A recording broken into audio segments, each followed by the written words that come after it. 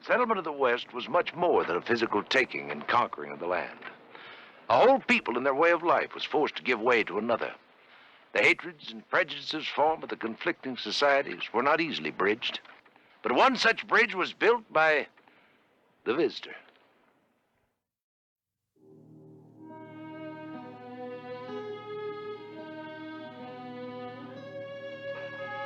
Tom, this stew's almost ready. Have some before you leave. I can't, Alice. Posse will be leaving the Andrews Ranch in an hour. Hadn't you better wait for the cavalry? The cavalry's still 3 days away. In 3 days, those renegades could...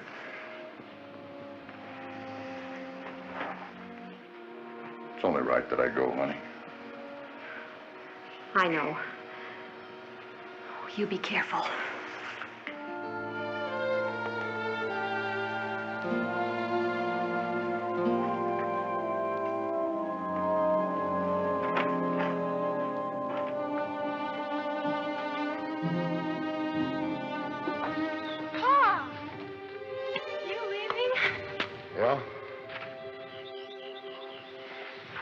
Don't you worry. I'll be back in a couple of days.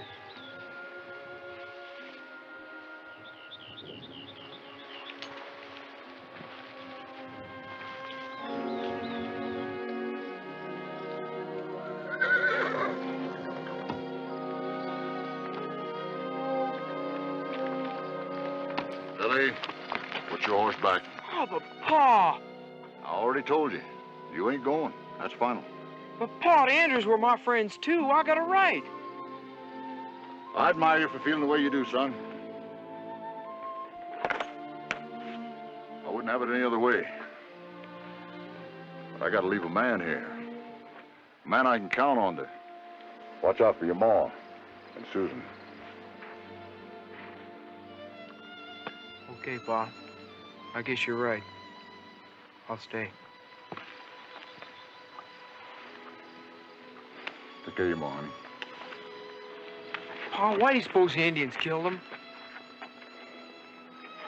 Just out of meanness and hate, I suppose, son. They already had the Andrews horses. That's all they wanted. Boy, I hope you get them. I hope you get every one of them. We'll try, Billy. Meantime, you stay close to home. I'm counting on you. Take care, Pa.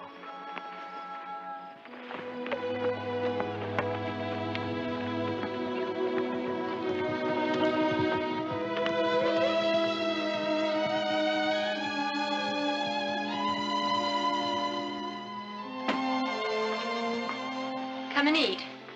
You can finish what you're doing later.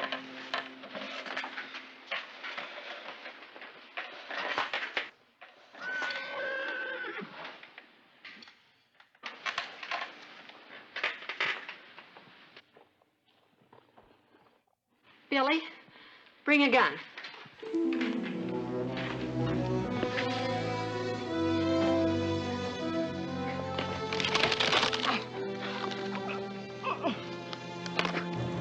He seems to be alone. Do you see anyone else? No.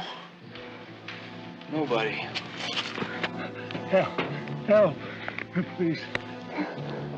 Pa, you best stay there. He might have a gun. Oh, keep back. He looks like a renegade. No gun. No gun, no renegade. Oh, he's hurt bad, Billy. Who are you? What do you want here? I'm Scout. Scout. Horsefall. I must get to the reservation. Please help me. Help me. We'll have to get him into the house, Billy. The house? Help me.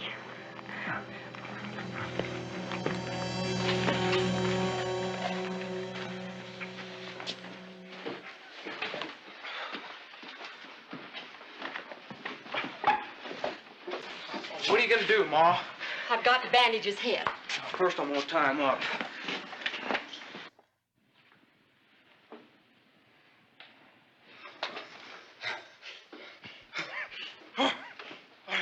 Untie hands. Now, you just stay still, or I'm gonna put a bullet right through you. I must go reservation. Just because you're wearing that shirt don't mean you're a cavalry scout. You probably got it off a dead trooper. I must go. Please. Please, it's important. Oh, my pa'll be back in a few days. Well, he telegraphed to Fort your description. They say you're a scout fine, but if you ain't. I must be on reservation in 2 days. Well, now that's too bad, because you ain't going nowhere till we find out who you are.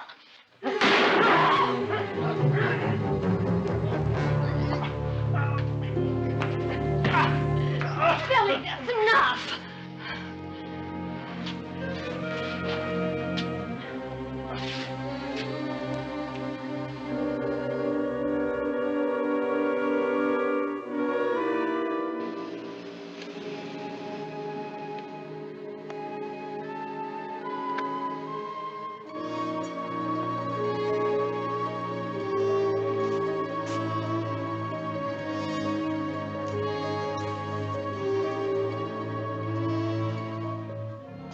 Here. It's just soup. It'll do you good.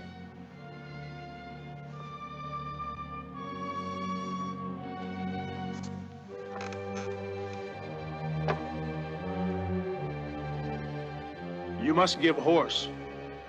I must go. No, I can't. You'll have to wait for my husband to come back. If I do not get to reservation, many die. What do you mean? Renegades want my people make war. Consul, meet at my village. 2 days. Decide yes, no. Soldier Colonel. No, my chief. Me. Good friends. Soldier Colonel sent me to talk to Consul. I tell them, many soldiers, many guns. I tell them, few Indians, no guns. War no good, many die. Chief, friend, he listen, not make war. But I not there, then maybe so make war. Why should I believe you? For all I know, you're the very one who murdered Sarah and David Andrews. Don't you dare. Please, listen. Get back down. I mean it. If you move again, I'll have my boy tie you down.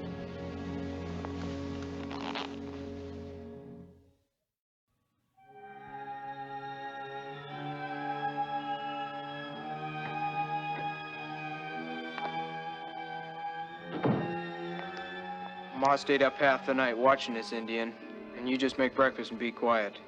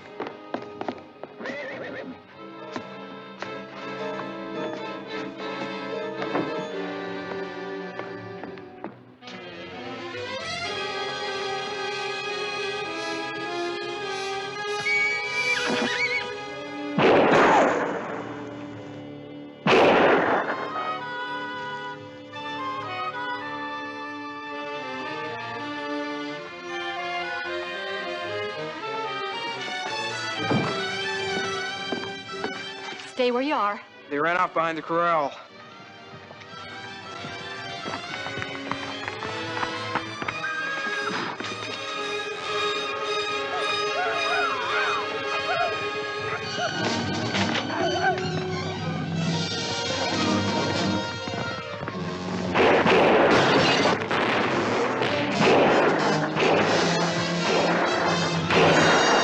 Billy!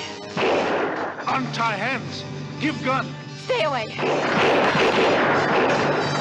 Give gun. No, I don't trust him. Susan, help me. Over there.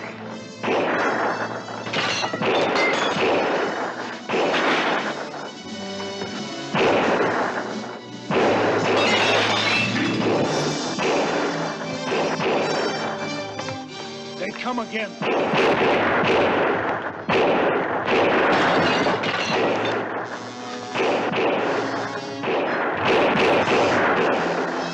Untie hands. Untie hands. You're one of them. Trust me, or we all die.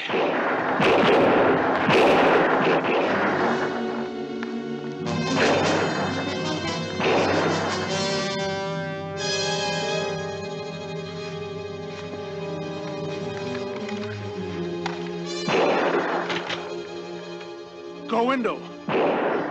Go window.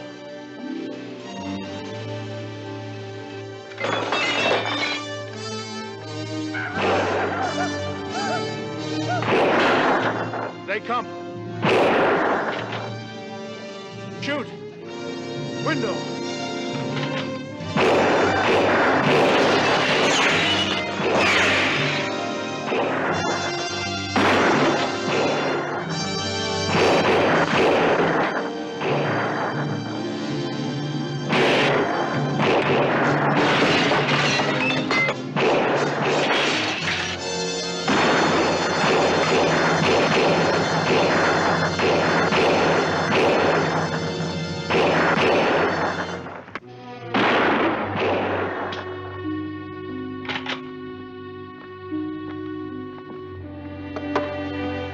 Are you all right, Billy? Yeah, I'm okay, Ma. More bullets. They're in the cupboard. Get them.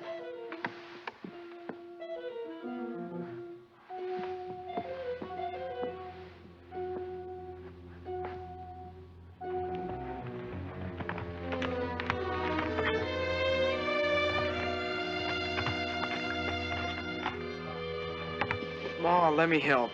Hold still.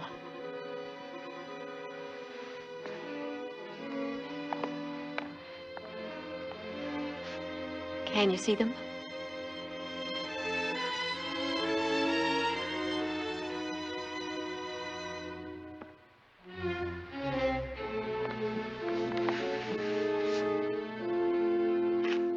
Bolt door.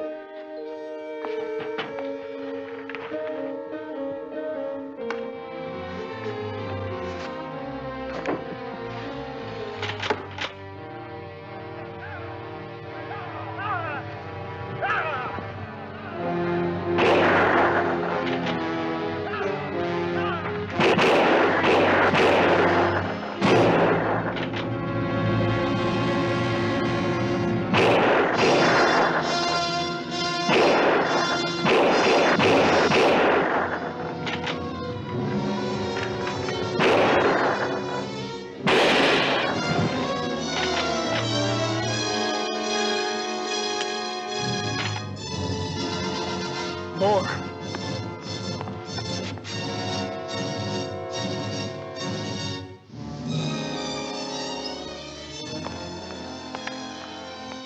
These are all I have left. We stop them only one more time. Does your leg hurt bad? No.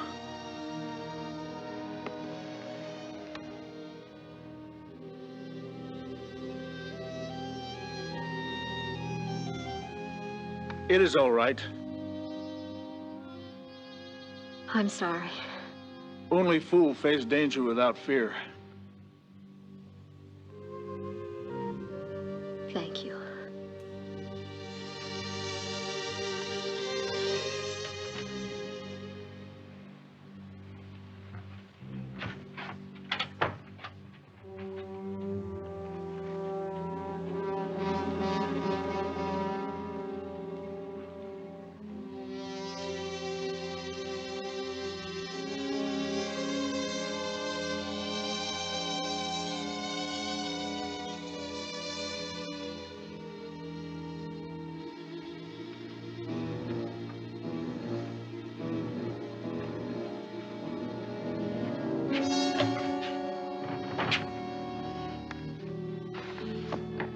They're gone.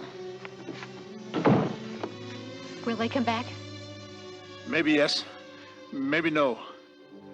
Then it's not over. I not know. I go now. What? Renegades already. With my people. I must talk. See Chief. But you can't leave us here alone. What if the ones who attack come back? You. Boy, fight them. There be war. I not talk to Consul. Yes, I suppose you've got to go. You give horse? Yes.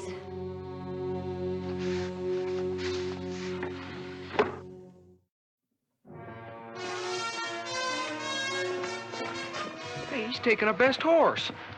It's all right. He has to make good time. It's important. I go now. 3 days. If I'm not back with horse, there is war. Go to town. Not safe here. Take my pistol.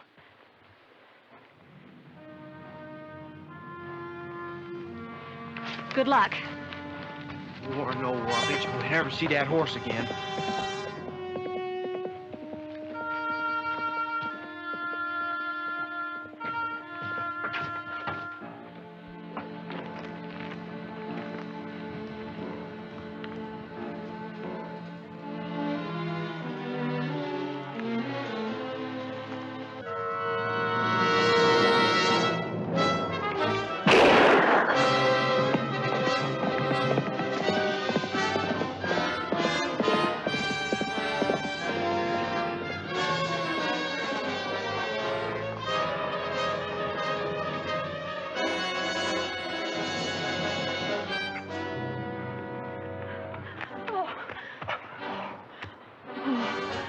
He's bad.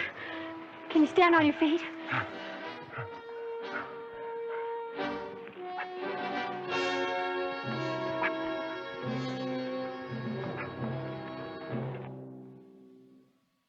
I never thought he'd last the night out. Billy, do what I tell you. Ma, it's a crazy idea. I thought it all out last night. If there's a chance of stopping a war, it's got to be done. Ma, the trip will kill him for sure. My mind's made up. Go hitch the wagon. What if he dies on the way? The Indians will kill us. I'm taking him to the reservation. He's going to have a chance to say his talk. Then they'll see him shot, and they'll kill us. You needn't come. Well, that's a fine thing to say. 'Cause I ain't letting you go alone. Then we'll all have to go. Billy, if we can keep folks like the Andrews from dying, it's worth trying, ain't it?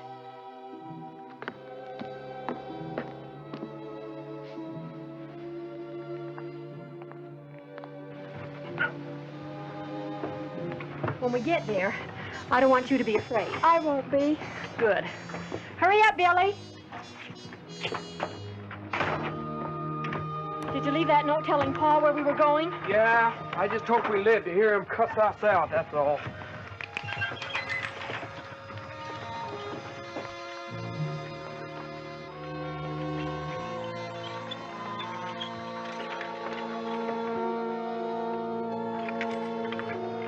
Whoa! Billy, how is he? It looks awful bad, Ma.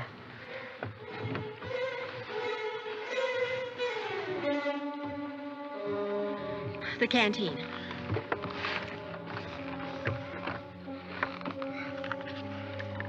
We're taking you to the reservation. Can you understand me? That's enough. Don't talk. Ma, there's still time to turn back. We're going on.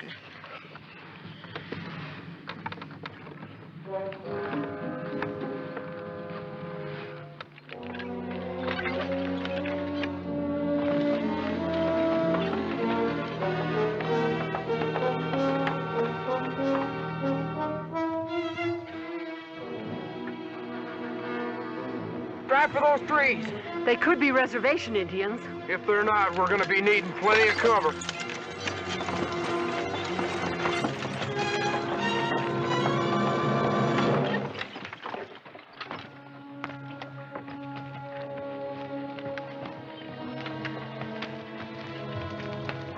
Hold your fire, Billy. Do not.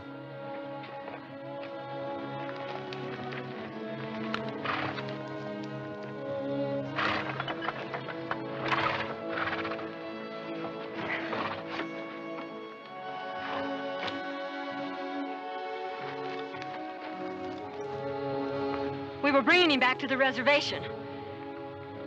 Get back in the wagon. No.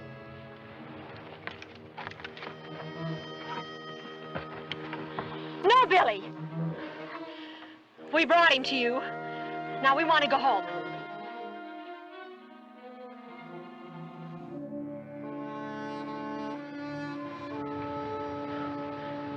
It'll be all right. Hey, Ma, they've been talking a long time. I think they're fixing to murder us.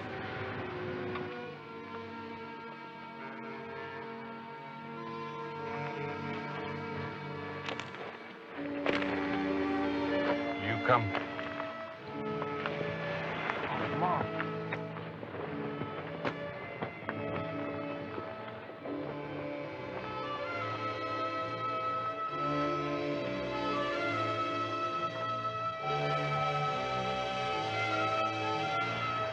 These are my people. I tell how you helped me. Will they let us go? It took much courage to bring me here. You live, rest life same. Will you be able to keep your people from going to war? I think yes. Go now. Renegades far away. You get home safe now. Go.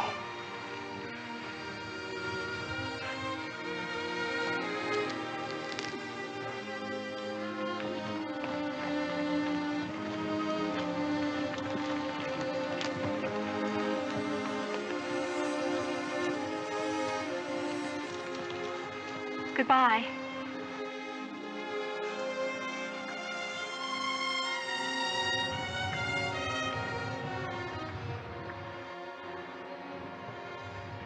Ma, is everything all right? Yes. It's all over. Then that Indian came through for us? He did, Billy. He surely did. Get up.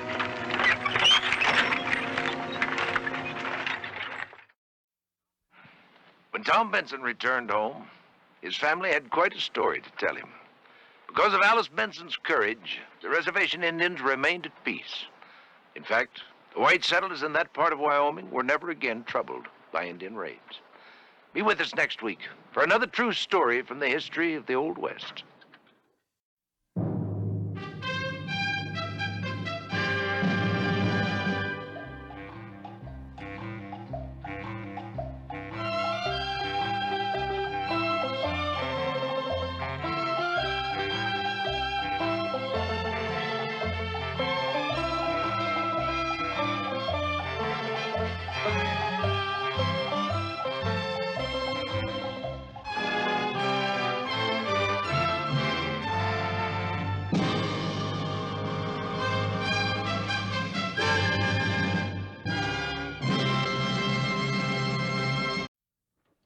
Men came into the virgin territory of the West and took possession of many things. Land, cattle, even water. But here, almost 100 years ago, this main thoroughfare in Uvalde, Texas, was claimed by one man. king of the Uvalde Road.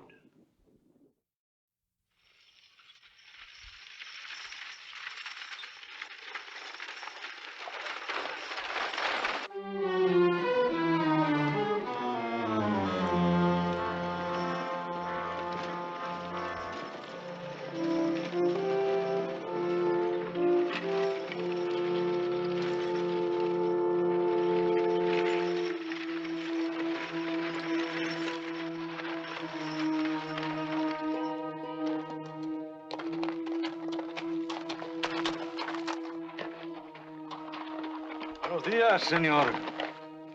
I think you should take the other road, huh? Now look, this mail stage is going through, and we don't want no trouble. Neither do we, amigo.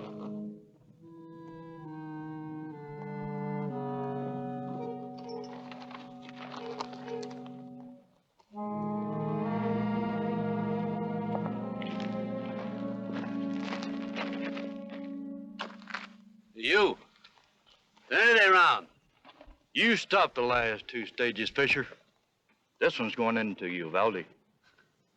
I'm sorry. Not on my road. But this is the only road to Uvalde.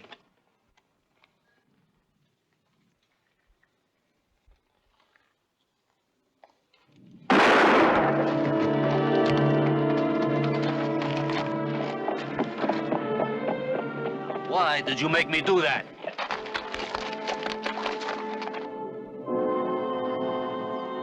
I tried to just nick him. That's all you got? It's only a scratch. I take him back to San Antone. And you tell them American mail boys that this is my road. And the king don't like nobody trespassing. Comprende?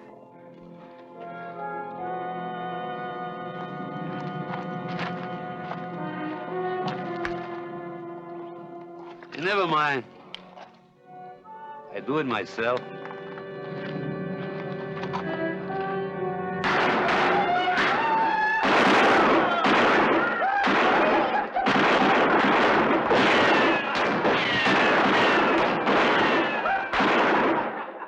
It is not funny. Company's a laughing stock of Texas. We've got to get that road to Uvalde open, or we can lose that government contract. I don't understand. Why doesn't he want the mail to go through? When the mail goes in, the law usually follows. Right now, he is the law. Uvalde is his kingdom. Why don't you call in the Rangers? We're a private company. Rangers aren't on our payroll. But you are. Now, you are one of the best troubleshooters we've got. You've handled situations like this before. I know you can do it now. And I know that I'm 6 months overdue on a vacation. You open up that road to Uvalde, and I'll see to it that you get an extra month with pay thrown in. Plus a bonus. Oh, now, see here, Roebuck. Plus a bonus. In that case, I'll leave in the morning. Oh, and Harry, that Kingfisher, don't spoil his record. So far, he hadn't killed anybody.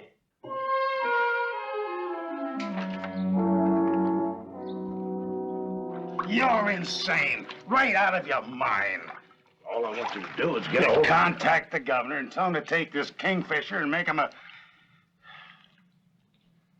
Yeah, the whole idea floats as much of gall as a young whippersnapper. But you know, it just might work. I think it's worth a try. Wait. Don't underestimate King. You know, he's half Irish and half English.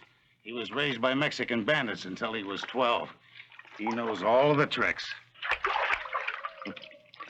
I hope over the years I've managed to learn a trick or two. Yeah, your superintendent tells me you're full of fire yourself. Now, the kid's smart. You gotta give him that. He hightails it with the banditos during the week, and on Sunday he's an altar boy. Plays both sides of the road. How many men do you suppose he has? Oh, maybe a dozen. Maybe the whole town of Uvalde. He's well liked. That's what I was afraid of. Corporal! You know, he's got an acute sense of humor. Corporal, show me a hat. Corporal here accidentally got on Kingfisher's Road the other month. King finds shooting the hats off of trespassers a real fine sport. Roebuck, I'm going to stick my chin out a country mile. We'll try it your way. I'll get the papers from the governor.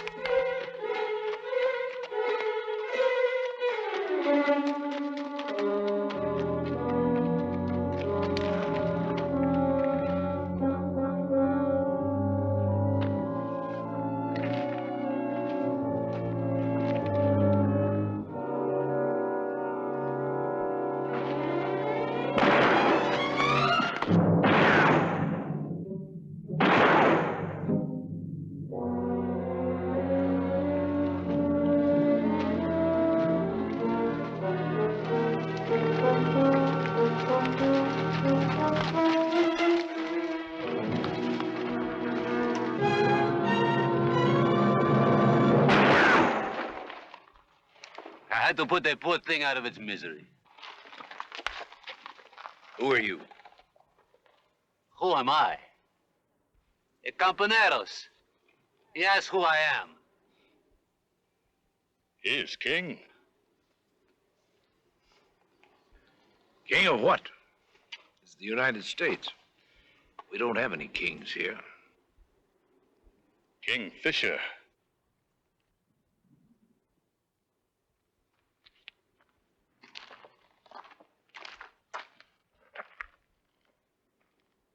And you? Who are you? Harry Roebuck. Roebuck. I know the name. The Panhandle Bunch. You handle all 5 of them by yourself. The Panhandle Bunch. See, they used to rob their mail coaches. You must be from the American Mail Company. You're right again.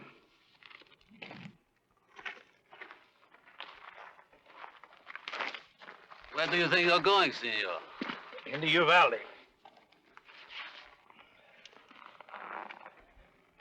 To get a new hat. Oh, well, better than a new head, huh? Then I'm going back into San Antonio and get that mail coach, and I'm coming right back up this road. Even if I have to go over the top of you.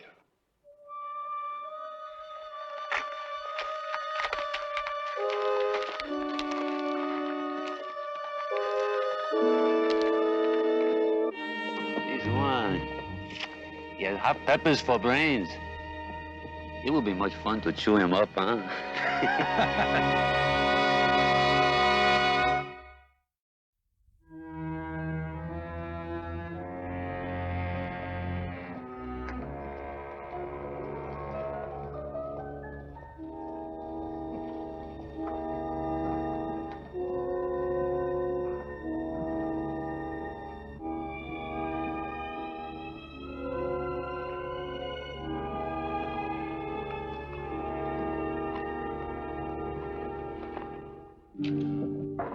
Sorry, amigos.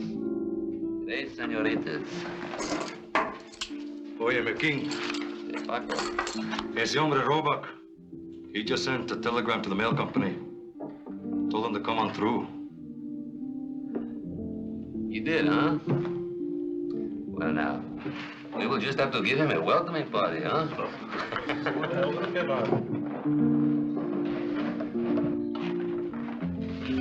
Buy my friends another round of tequila.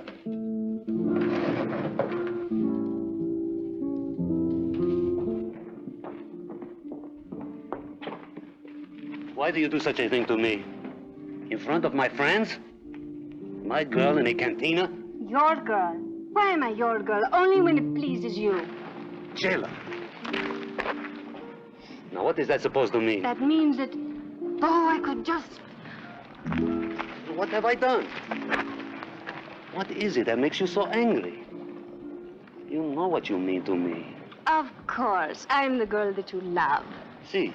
The girl that you will marry one day. Absolutely. And also the very same girl that you've kept waiting down at the river for over an hour. Oh, the picnic. The picnic. I forgot. You forgot.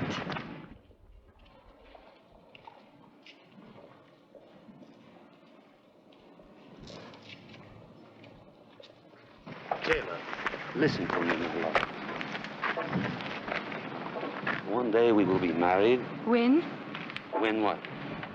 Do we get married? Well, You know what you are. You're a muchacho, a little boy. You run and you play with the other boys in the hills. You gamble for a living because you're afraid to work like a man. Well, I want a man for a husband, not a little boy. Taylor. What?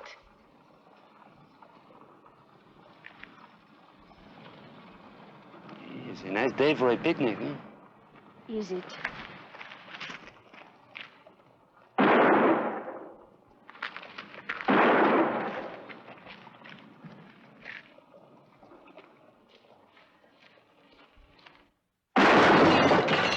Hey, easy, amigo. Enjoy yourself. It'll be nice. Uvalde is a peaceful town. We like it quiet here.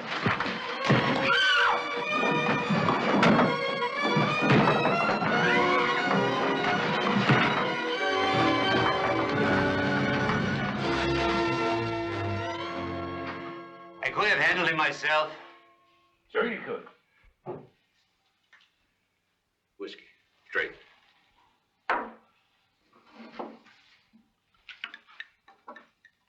Whiskey. Double.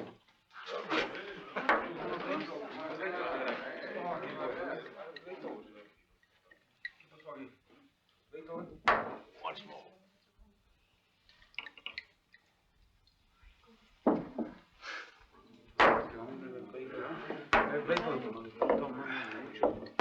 Está tomando mucho, a ver, pleito aquí, ¿o no? No, sí. Aprovechar nomás. Mira nomás.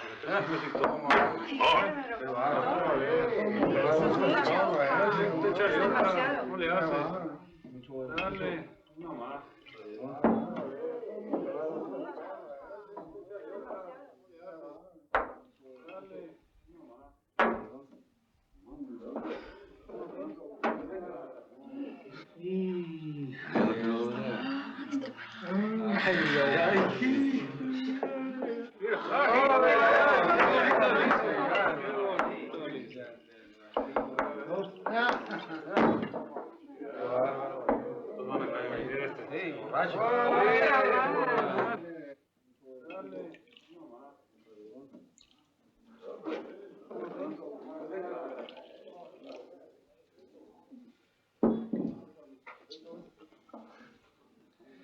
¡32!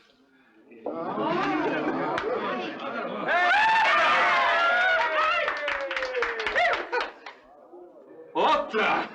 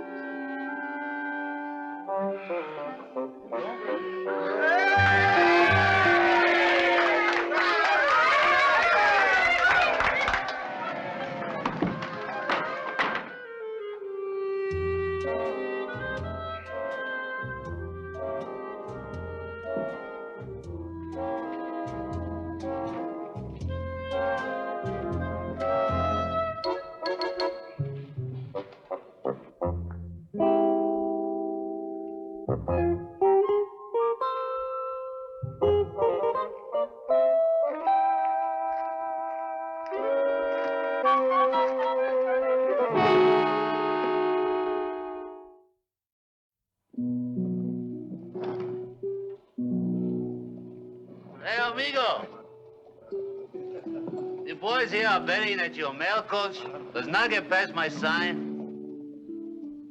You care to put up some money? I might be interested in a wager, yes. Ah, the odds are good. For every dollar put up that the mail coach gets through, I will put up $2. Well, I'll tell you what. For every dollar that's bet that it doesn't get through,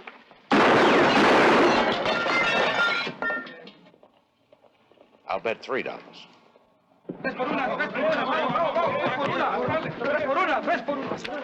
I will make it 5 to 1. I'll make it 10 to 1. Paco.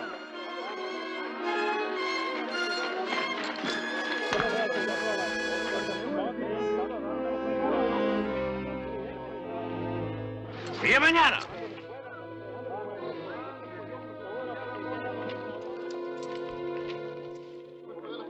I'll take Roebuck. What do you give me? Take it forward. ¡Ahí vienen!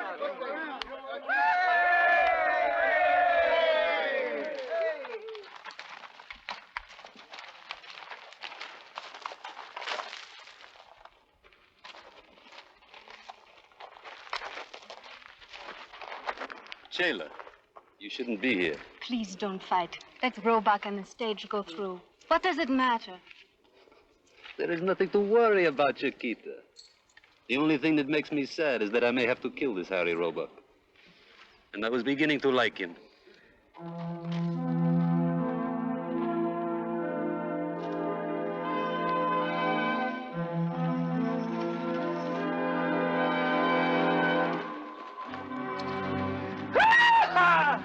The stagecoach! He comes! Move back! Move back! You don't want anyone hurt. None of our people, huh? Paco, you stay here. And the rest of you men, no shooting unless I say so. Maybe we can do this friendly-like.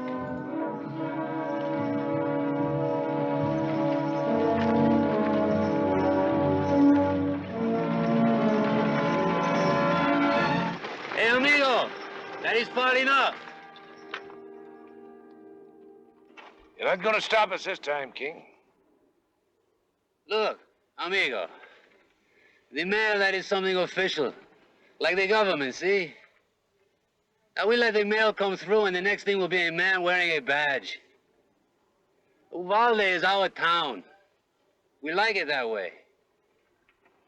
Now you be a nice man and move it along, huh? We intend to. Right up this road. No, not past this sign. All right, Captain.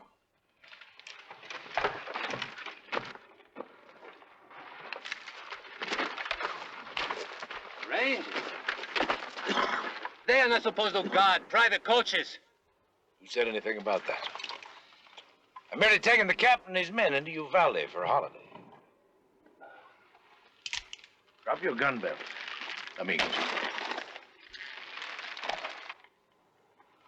You disappoint me, Harry Roebuck. I'm sorry. But I have a job to do, and part of that job means staying alive. Sometimes there isn't time for politeness. Which reminds me.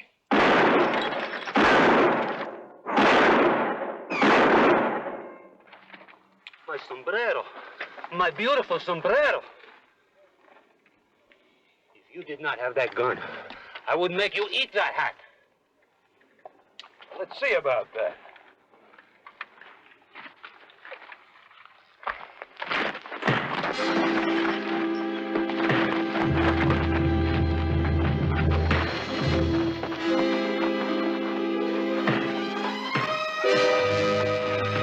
Come on, Roebuck!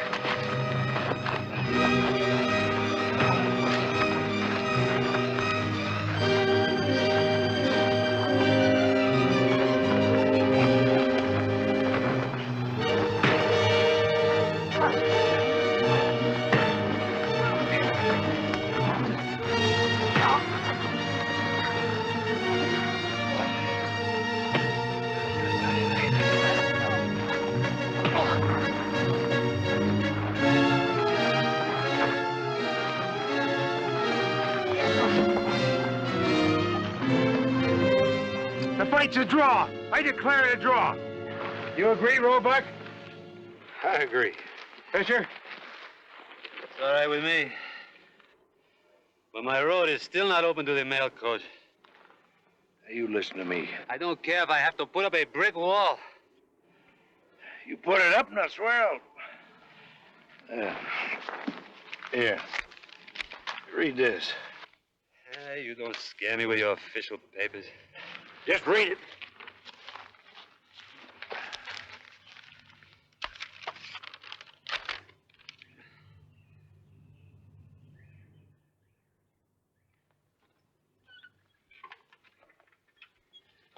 This paper, it says... Makes you sheriff of Uvalde. Signed by Governor Marvin himself. He figured you were kind of acting like the law and order around here anyway. So, if you'll excuse the expression, amigo, this makes it official. Roebuck figured you'd make a better live sheriff than a dead troublemaker. Me, King Fisher, sheriff of Uvalde. Here. Badge goes with the job. Oh, King. Look. You have a job. Now we can be married, huh? Sure, Chiquito. Why not? Tell me, Roebuck, why did you take so long to show me that piece of paper? Didn't want you to think it was a bribe. Hang on to your iron, amigo. You want to keep the mail going through here safe. Oh. Just let any hombre try to stop them. And now, my first act as sheriff of Uvalde.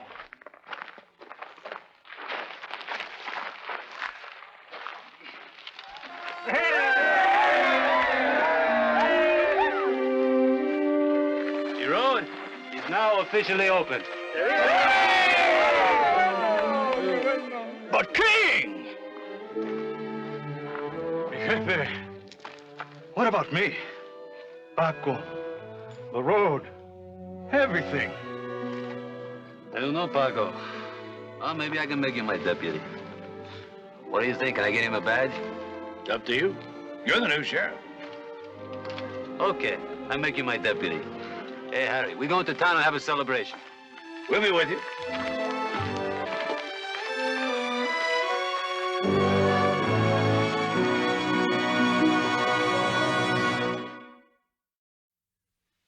Sheriff Fisher ran Uvalde with a firm but gentle hand. Later, the little ranch town became famous for another of its people, Mr. John Nance Garner, who became Vice President of the United States. Be with us next week for another true story about the Old West.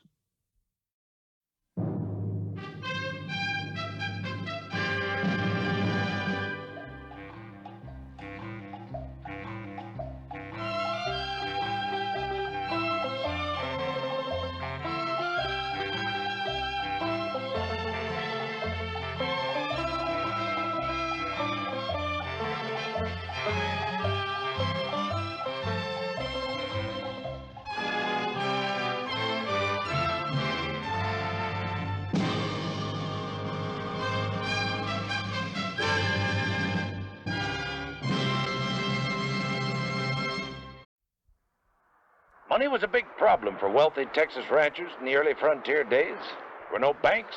There were plenty of bandit gangs operating along the border. One very wealthy rancher was raided by such a gang. But though they massacred the entire family, the bandits never found the treasure. For many years, hundreds of people hunted and dug, but all they ever found was a strange figure the rancher had built on a nearby hill. A figure made of mud and sticks, and they called him the Mescala Man.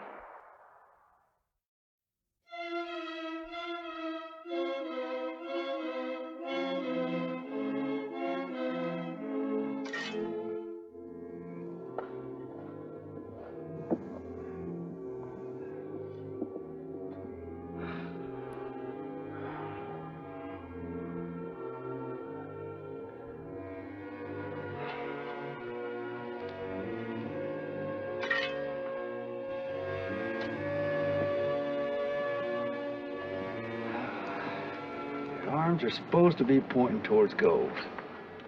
But how far and how deep? Oh, gone it, I wish you could talk. By heavens, I wish he could too. Maybe he could talk you out of some of this stupid business. Ah, but Hannibal, I can't Now, quit. don't you give me any of your aw buts, boy. Just wake up. That thing's a fake. There ain't no gold there. Probably never has been. Nope, you're wrong. There is gold here somewhere. I can feel it. And he's the key. If I can just figure him out. If you can feel it. We're supposed to be in the cattle business, remember? 62 cows. Now, that's some business. Herds grow. Little work and little patience. Well, work, I don't mind. You gonna be back for grub? I'm making some venison pie. Yeah, well, you go ahead. I'll be along. In more than an hour late, I'll put gravel in your beans. What? Oh, that sounds fine, Hannibal. Fine. Yeah.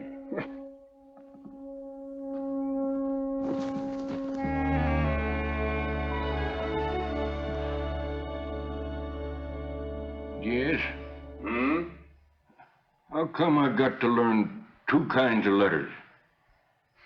Don't even look alike. One kind enough? Nope. Printing's fine, but you need to know writing, too. Give me a reason. All right. Now, how's this? When I find that mescla man's treasure and buy us the biggest ranch in Texas, you're going to need to know how to write out checks and how to sign all them big Army beef contracts. Well, that's the case. Sure ain't no hurry.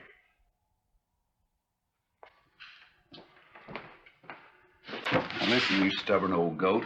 I ain't going to have no partner that's too ignorant to write his own name. Well, I don't see why not. I'm putting up with a partner that's crazy about a pile of mud and sticks.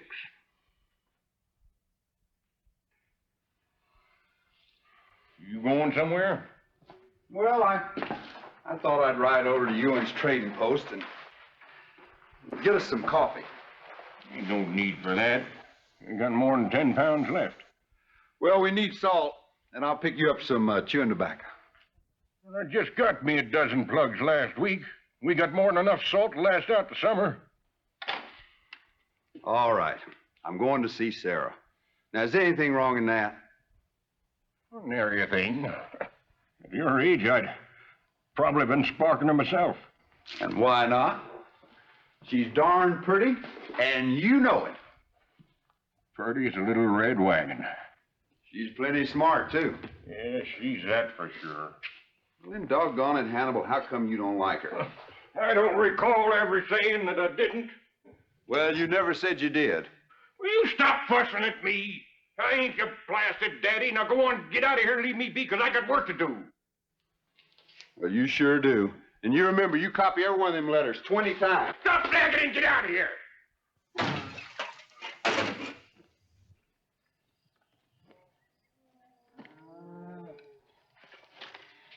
He's late. Should have been here by now. He's always late. No, but he is a waste of time, Sarah. Now you take Reese Thompson. Oh, you take him. He's bald and fat and 50 if he's a day. And rich enough to buy you all them fancies you got such a hunger for. There's nothing wrong with a girl wanting a few nice things. No, not if you can get them. You could if you married Reese.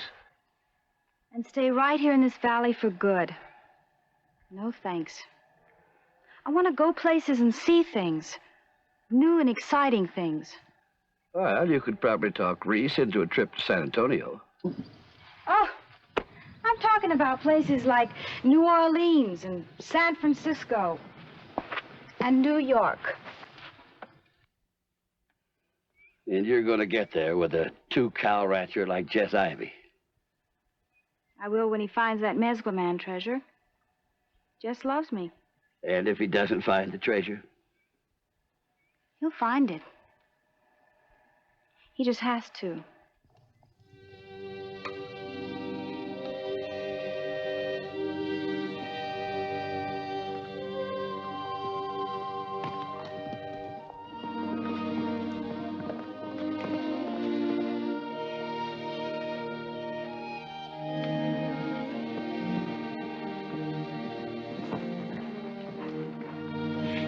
Yes. I was afraid you weren't coming. Oh, no chance of that, Sarah. Afternoon, Mr. Ewing. Ivy. Come on, sit down.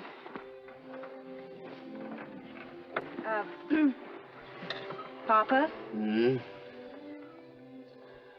Oh, yeah. Excuse me. I got some work to do inside.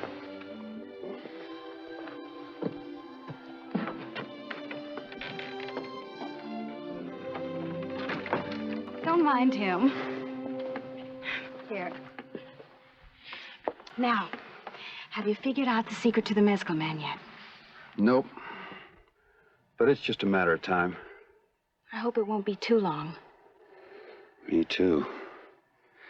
You know, Sarah, we don't have to wait for that to get married. We could... Just don't. Well, I know. We wouldn't have very much for a while. Papa would never agree to it. Maybe not, honey, but you're of age. He can't say anything. Just no. I'm sorry. He's still my father. I just couldn't go against his wishes. But you be patient. Once you've found that treasure, everything will be just fine. Jess? Do hurry. Waiting's not easy for me either.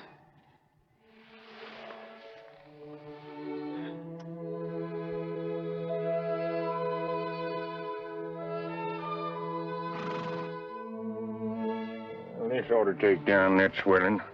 Wrap it up good and tight with these rags. Hannibal, do you see what I see? I see it, but don't believe it.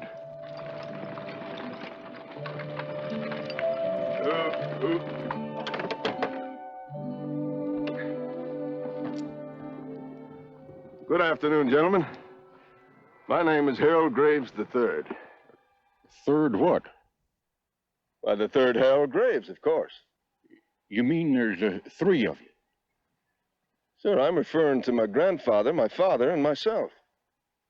Oh, I got you. Me, I'm Hannibal McCall. This here's my partner, Jess Ivy. I reckon we're firsts. Firsts? Oh, I see. I'm sorry to have interrupted your work, gentlemen, but I guess I've lost my way. Well, ain't you sure? Well, of course I'm sure. Now, if you'll kindly direct me to the establishment of Mr. Thomas Ewing. Ewing's trading post. Well, that's right.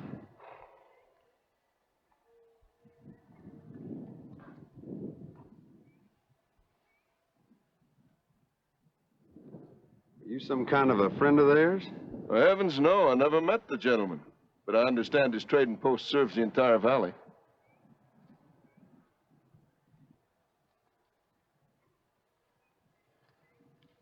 So? Well, so I'd like to do business with him. I'm the Western sales representative for Symington and Company, the very finest in cutlery.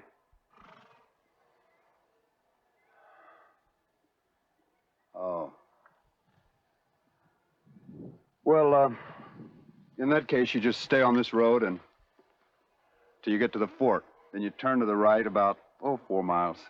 Well, thank you. Mr. McCall?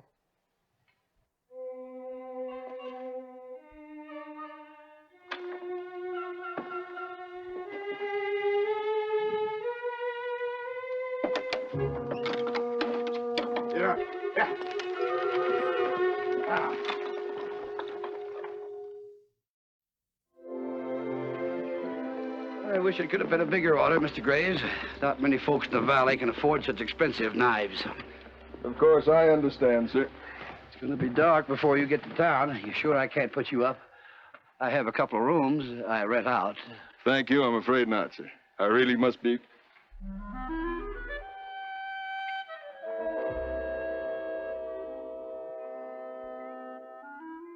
Mr. Graves, this is my daughter, Sarah. Harold Graves III at your service, Miss Ewing. Thank you, sir.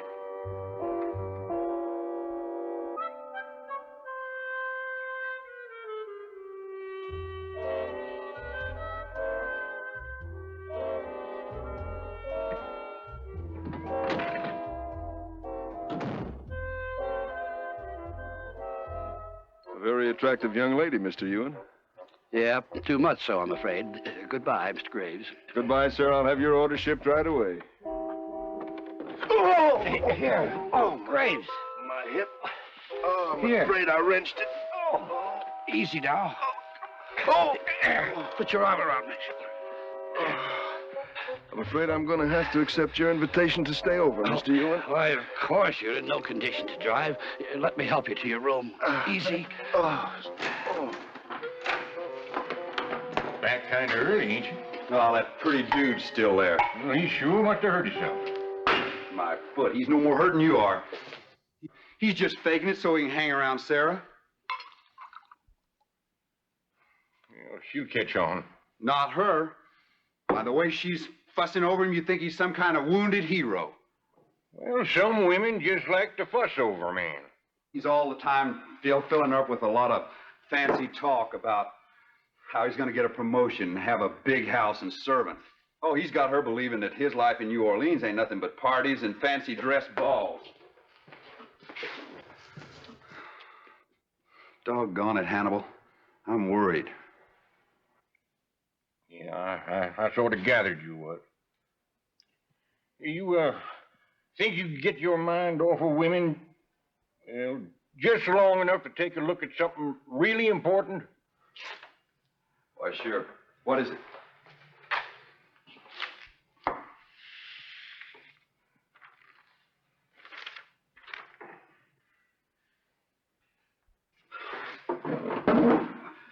Why, Hannibal, you've written your whole name and not a single mistake. Well, naturally. And I'll thank you not to go around saying you got an ignorant partner no more. Oh, never again, Hannibal. I promise. And you know, if you keep your practice up, pretty soon you'll be writing whole letters. Well, that's a problem. How's that? None of my friends can read. Plumb ignorant.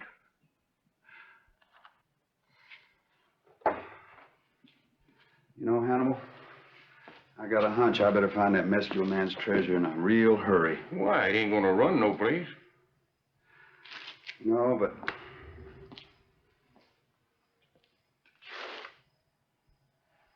You remember that tree that stands right in line with his left arm? Yeah. Now, what if it grew right above where the treasure was buried? It'd be down in the roots. I ain't never dug there. Well, you can't dig at night. Why, sure I can. The moon's bright. Don't wait up. I'm going to be home with an armful of gold.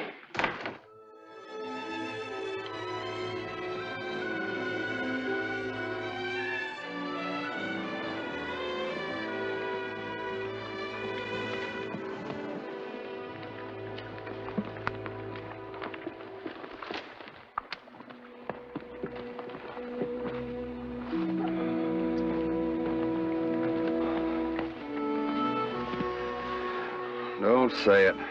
Yeah, I reckon there's no need to. A jackass usually knows he's a jackass. Now, you go get some sleep and I'll take care of your horse. Well, maybe for just an hour or two. Yeah. If it ain't gold, it's women. If it ain't women, it's gold. Well, I tell you, horse, man ain't got no sense about neither. My dear, you are simply ravishing today. I can hardly wait to see you entering your first ball. Well, you are going to take that New Orleans society by storm. New Orleans? What would I be doing in New Orleans? Well, you'll be there as Mrs. Harold Graves III. You'll be charming all the right people, helping your husband to rise higher and higher, and blinding the eye of every man with your beauty as you ride through the park. You mean my very own buggy? Well, of course, your very own buggy, with a manservant to drive you. Harold, you make it all sound so wonderful. I haven't even started yet, darling. You just say yes, and there's many, many things I want to do for you. I don't know, Harold. Even with your promotion, you won't be that's able only the beginning. With you by my side, Sarah, in a year I can be vice president, and then we can have everything that we ever...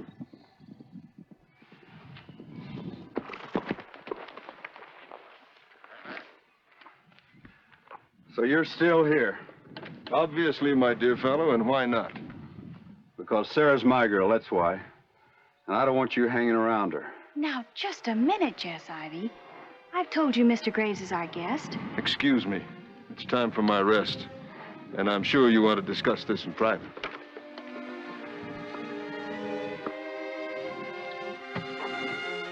I'm sorry, Sarah. But what do you expect when I ride up and find him hugging you right out here in the front yard? Oh, he wasn't hugging me. And what if he was? I'm not your wife yet, Jess. And I like Harold. Harold? You can't really be interested in a man like that, Sarah. And why not? At least he offers me something more than a silly dream about a treasure. But we love each other. Isn't that what we've always... I think you better go, Jess. We can talk about it later.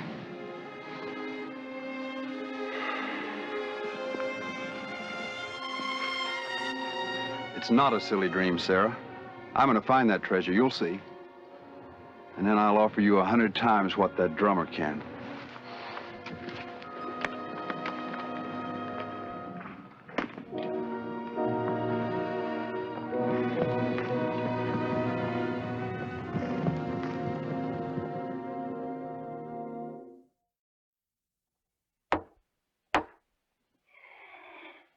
We have another nail. Hmm? Oh, that's a funny-looking nail. What? Oh, sorry. You know, I've been thinking that maybe I've been digging too far away. I got a feeling that gold is real close to the mescla man. You got a feeling. Maybe under his arms, or even right next to him. Jess, why don't you go on out there and dig and see? You mean now? Yeah, he ain't no good around here. This job just about finished, and I'll go with you. You mean you'll help me? I figure I have to. There ain't no other way you're going to get that gal unless you find the gold. Yeah, but you don't even like Sarah. Well, what's that got to do with it? You do, and you're my partner, ain't you? Well, let's go and dig.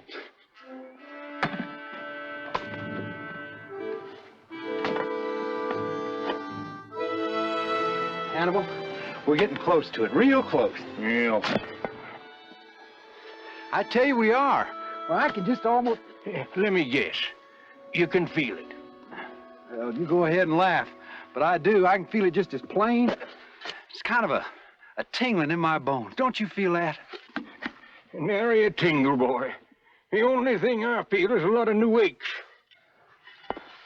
Oh, I'm sorry, Hannibal. Why don't you stop and take a rest? I keep forgetting you're old and... Who's old? Blast it, I can keep up with you any day of the week. I'm not a day over 50. Maybe less than that. I'm barely in my prime. I know it. Well, I'd have guessed 40. Well, you needn't lie about it. I do admit I don't recollect exactly when I was foaled. Well, it don't matter, Hannibal. You're still plenty man, and I know it. Well, you better know it. But, you know, it is getting late, and it's time you went home and started throwing us together some grub. Unless, of course, you want me to do the cooking tonight. No, thank you. I tasted your cooking. I'm going.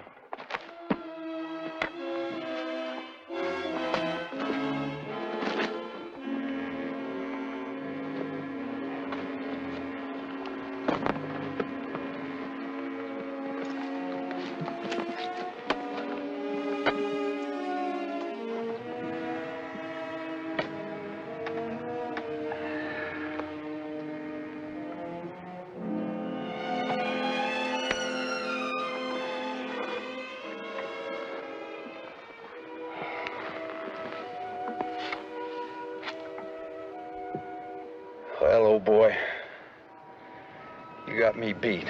You know that? For 2 years, I've been slaving out here trying to figure you out. And I ain't found one thin dime. Not a penny. Yeah, I'm about to lose my girl. And you just stand there laughing at me. And you are, too, aren't you? You're laughing at me. My Hannibal was right. You ain't nothing but a big fake. You're just a big liar. You're nothing but a fat, stinking liar, and you ain't gonna laugh at me no more. No, no more.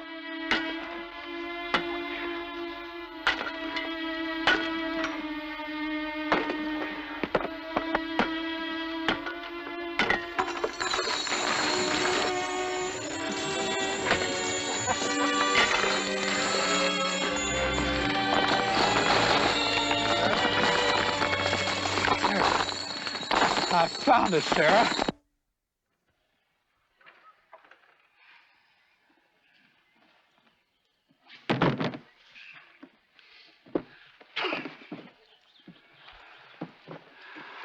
Sarah, are you sure this is what you want? I'm sure. Well, what am I going to tell Jess? Well, I don't know. Tell him anything you can think of. Well, never mind. You can tell him yourself. Sarah, I just... Yes, I'm so glad you came before we left.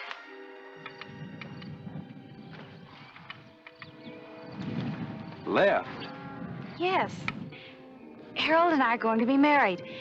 I'm going to live in New Orleans in a big house with lots of servants and my own buggy and everything. Isn't it wonderful? Yeah. Of course.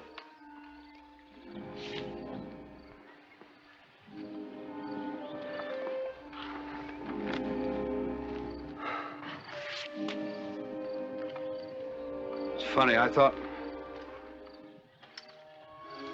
You know, all this time, I thought you... Jess, let's not remember a lot of silly talk from the past. You're right, Sarah. There's no point in that. I reckon the only thing left for me to say is, congratulations. Oh, and, let me give you all a little wedding present. I say now, that's not necessary. Oh, no. I insist.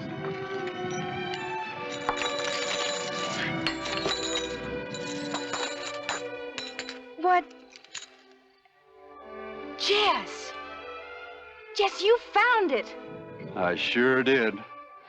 Happy days, Sarah. And I'm glad you got what you wanted.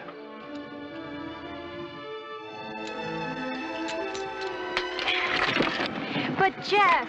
That's enough, Sarah. Forget it. Oh, shut up!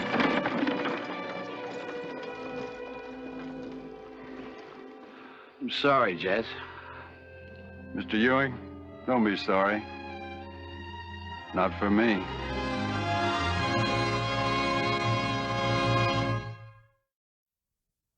So the mystery was finally solved, and the muscular man himself turned out to be not only a liar, but a kind of overgrown piggy bank, and one of the strangest treasure stories of our frontier West.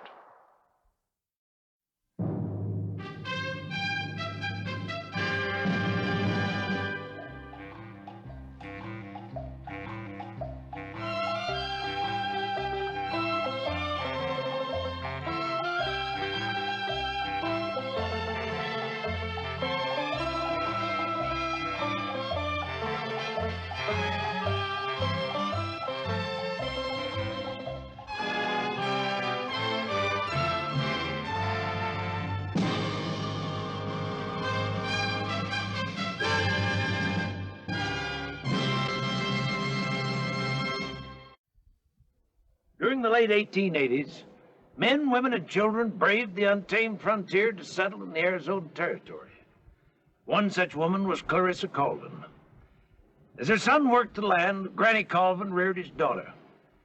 She tried to teach her to endure the hardships of the pioneer life, because she knew that along the frontier, the difference between life and death was often a matter of pioneer pluck.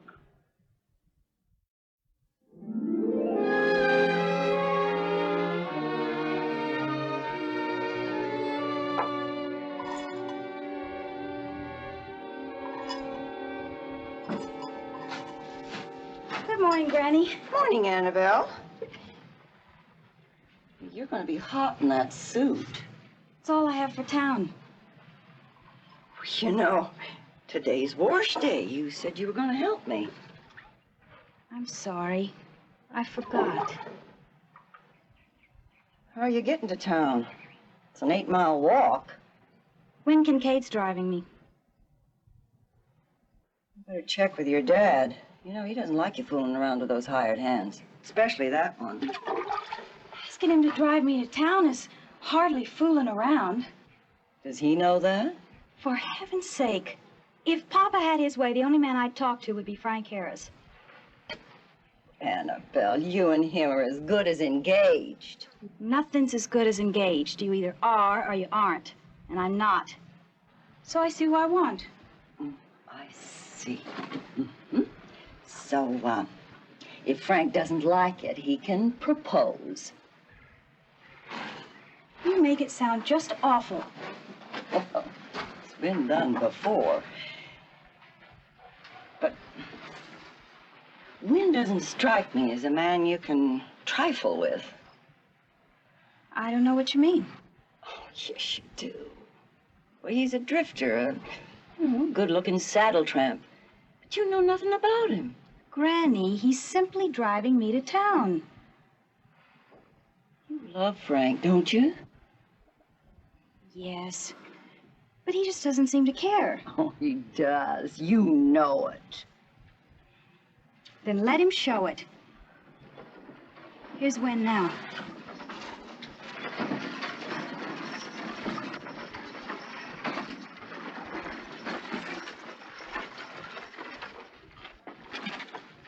Hi, Miss Annabelle. Hello, Wynn. What'll I tell your dad? We'll be back before he misses us. And Frank? What'll I tell him if he drops by? Telling the truth.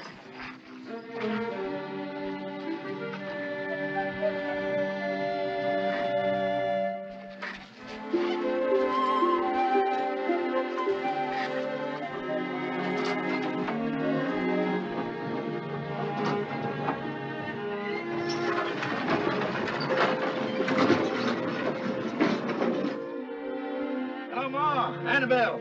Anybody home? Out here, Herb.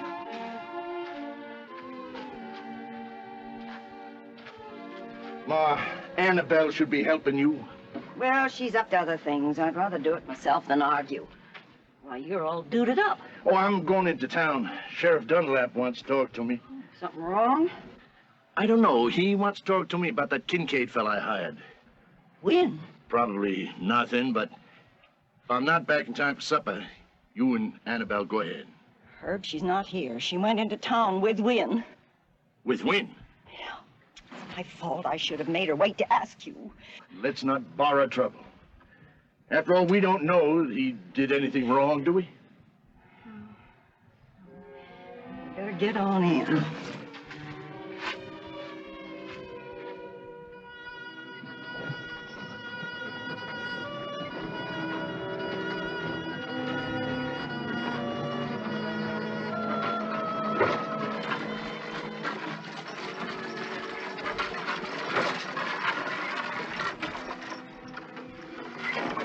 Why are we stopping? Because I want to look at you. You're the prettiest girl I ever saw. Stop it, Wynn. No, I mean it. Guys like me don't get much chance to meet girls like you. I don't know why. There are reasons. Lots of them. But we won't pay that no never mind, will we? That looks like Papa coming down the road. It is.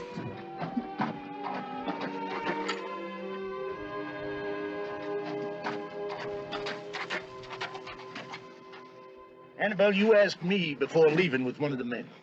I'm sorry. He just took me in to do some shopping. Plenty of work waiting for you back at the ranch. Sure, Mr. Colvin.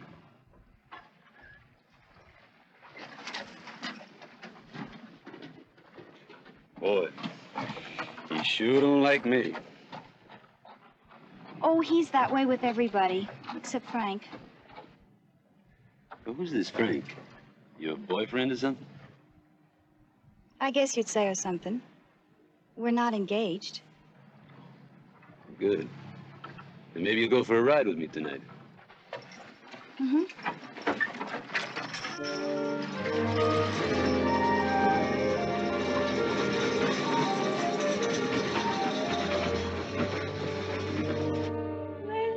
Sakes, Frank, you look real nice.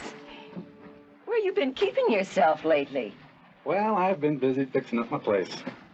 Tell me, is Annabelle around? No, she went into town. She'll be back real soon. Come on inside and I'll fix us some coffee. No, thank you. It's a little too hot for coffee. If you don't mind, I'll just wait right here. My, it must be real important to bring you out on a scorcher like this. Yep, it's real important.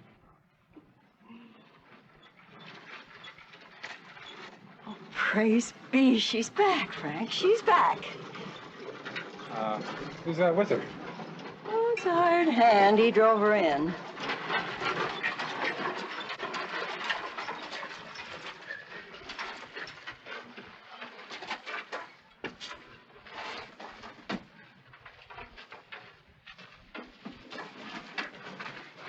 Hello, Frank. It's been a long time. Yeah, it's too long. Look, can we go somewhere and talk alone? Of course, inside. Then I'll see you tonight, Miss Annabelle. Yes, after supper.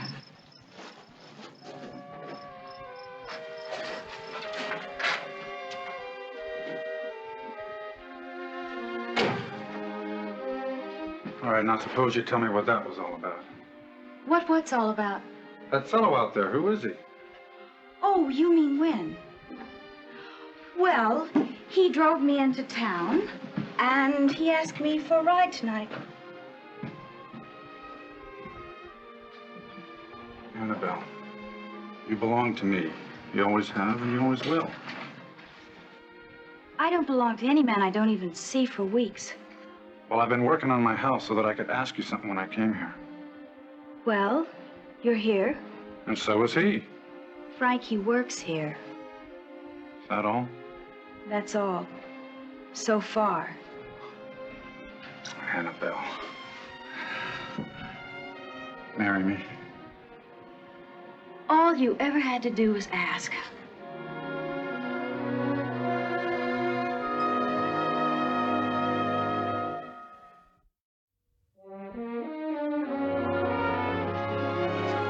It's your dad. He's back. Oh, Frank, you tell him. No, you give him a chance to catch his breath. Well, he may have something he wants to tell us first. Mama. Oh, Annabelle, thank God. Papa, what's the matter? Sam told you something bad about Wynn, didn't he? When? He thinks he's wanted for robbery and murder in Tulsa. When did you find this out? In town. Sheriff Dunlap wanted to talk to me. Said he'd had a tip about Wynn.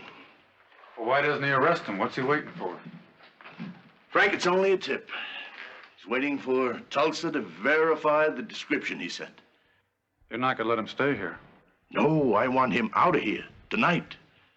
After that, it's Sam's job. Papa, he's coming here to see me after supper. Good. Then I'll let him go, and that'll be the end of it. Coffee, Herb. Yeah, Mama. Oh, girl, I hate to say this, but when it comes to men, you have no judgment whatsoever. Well, I don't know about that. Now, what would you say if I told you she said yes to marrying me? Well, I'll be doggone. What took you so long? Well, I don't know. Right? No, thank you.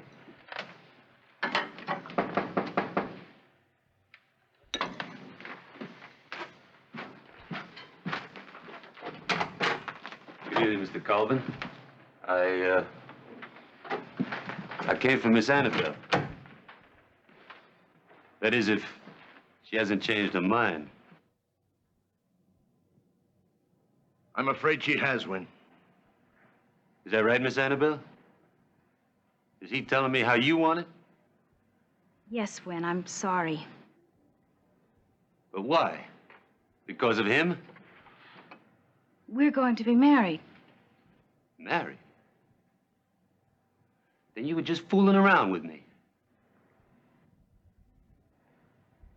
No, I just thought we were having fun.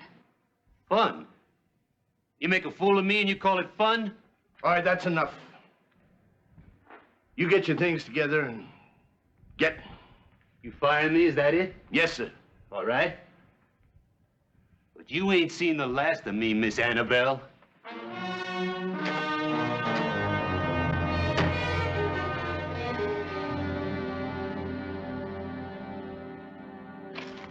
Tulsa confirmed it. He's wanted for murder in Stillwater, too. I'm sorry you let him go. Sam, I just couldn't risk letting him stay. Well, if you hear anything about him, let me know, Herb.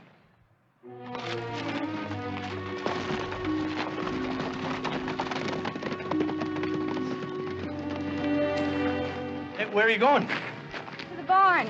I didn't feed Chestnut after our ride.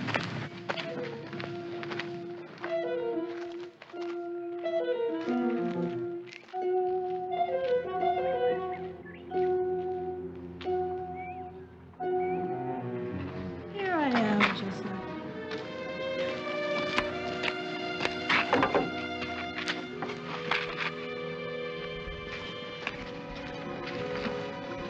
You thought I forgot, huh? You glad to see me? Hmm? Glad I'm here? I sure am, Miss Annabelle. When? The sheriff didn't find me in the barn. And he ain't gonna find me now. Please, Win. Leave me alone. Sure. That sheriff is so close. He's everywhere.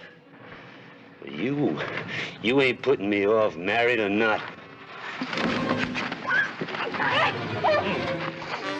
I'll be back for you when you least expect me.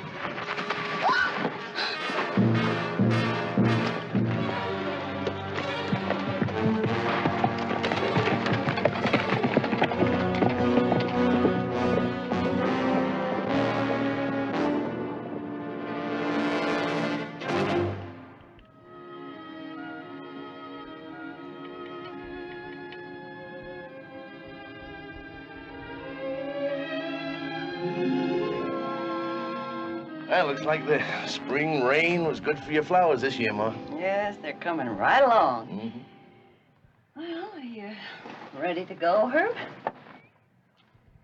Yeah, but my mind won't be on driving cattle. You and Annabelle alone here for the first time. Well, she's better off here than by herself at their place. Besides, she needs help with the baby. I asked Sam to look in on you from time to time. You know, it's a year since Win left, and you still worry he's coming back, don't you? She does, too. She acts like he could pop out at her any minute. You go along, don't worry. I got a gun hid behind the chiffonier, and I can use it. You about ready, Frank?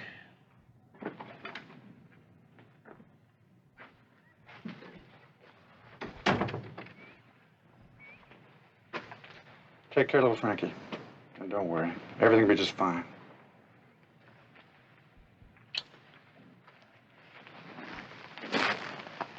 You be good to yourself. Bye, Frank. Bye, Herb.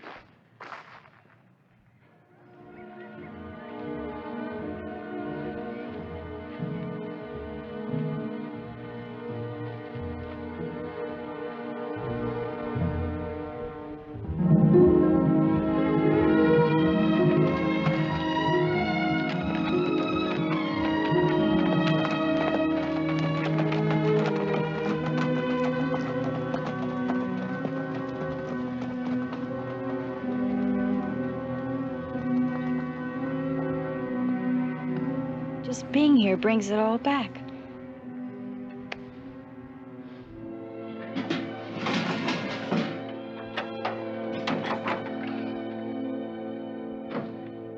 Well, chicken's about done. Did you put the baby down? Mm-hmm.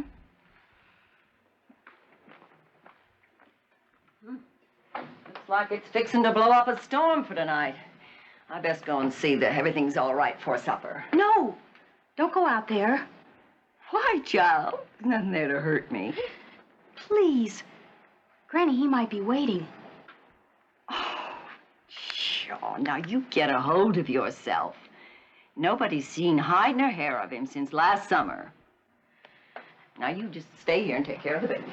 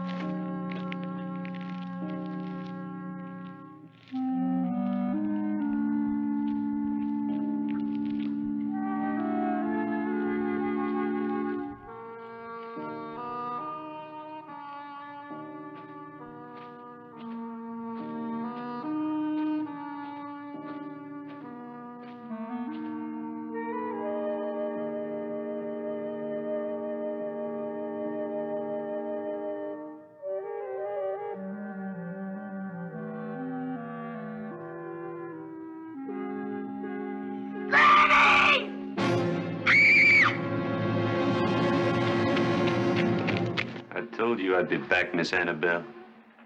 Please, don't hurt me. Please stay away. I ain't gonna hurt you. I just come to take you with me, Miss Annabelle.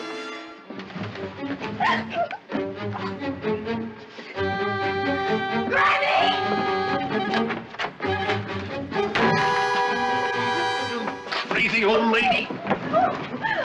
You're a rude young man. All right. Now just settle down.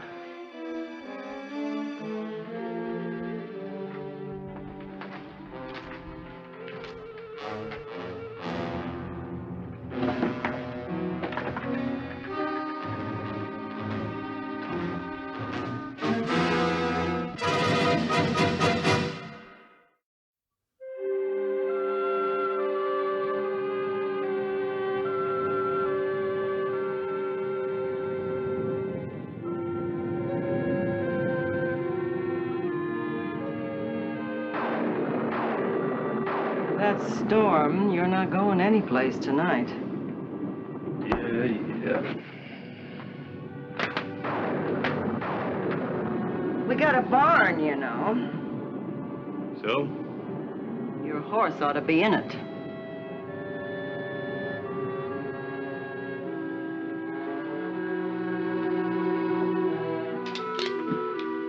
I got a gun. You won't get half a mile with that kid.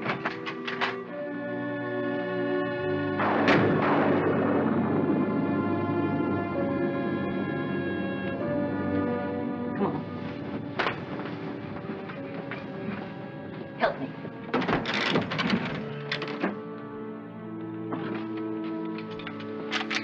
It's not loaded.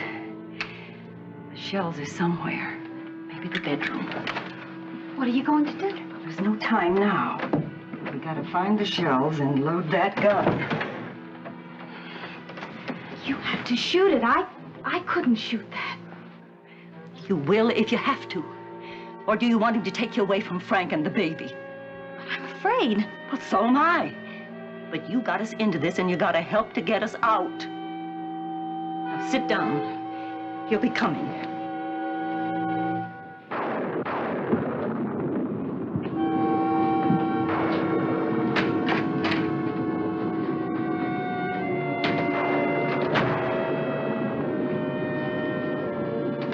Okay. Into the bedroom.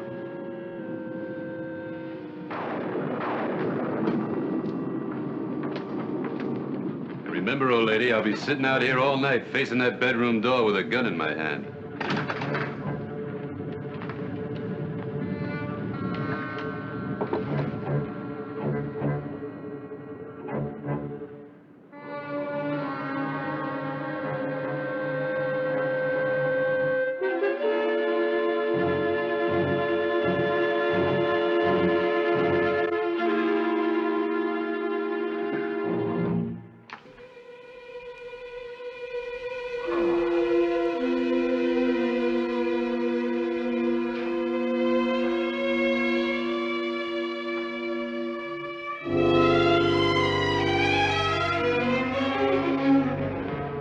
I like an early start. How about getting some breakfast? Well, you can start the fire.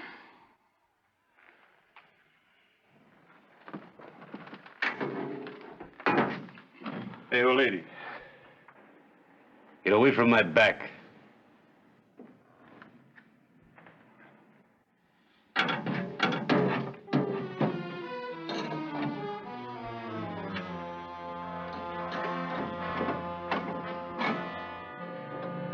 I was never much good at fires. Yeah, it's a man's work, I always told my husband.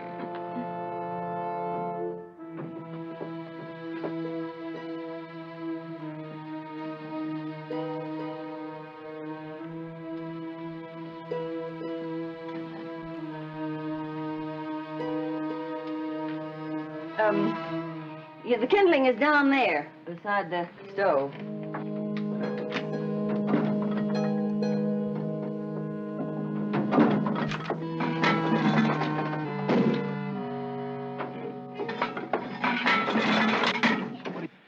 You're pretty jumpy this morning, old lady.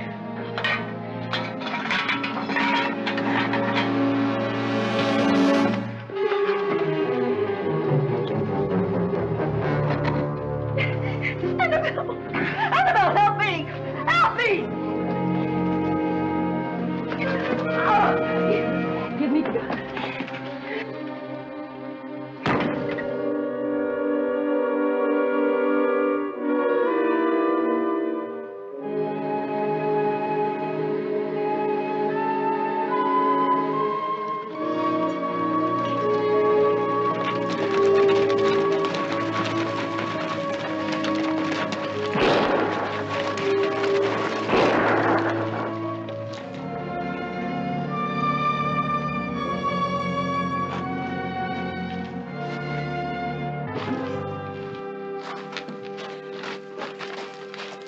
You folks all right? Oh, yes. He's inside. Is he dead? No, but he's not going anyplace. I knew who he was looking for when I heard he was seen in town. Oh, he found her. I'm sorry you had to face this down, Miss Colvin. Oh, I didn't, Sam. Annabelle did. When she saw he was going to kill us. She's a brave girl. Runs in the family.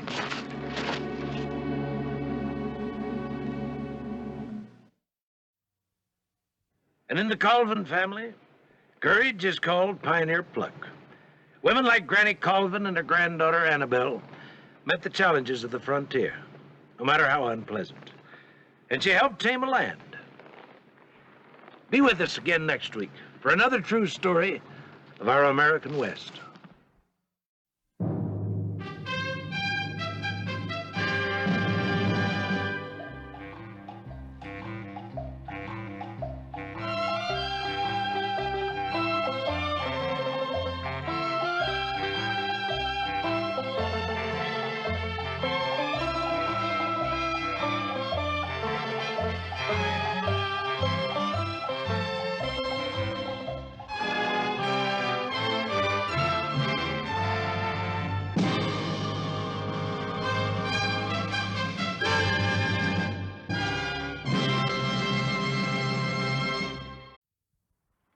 In the early 1840s, the Overland Trail split at Fort Hall, Idaho. One route went to Oregon, the other to California.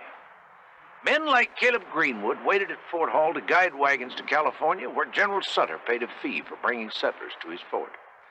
It was a dangerous trip, and one journey was more deadly than any other, because of a simple question of justice.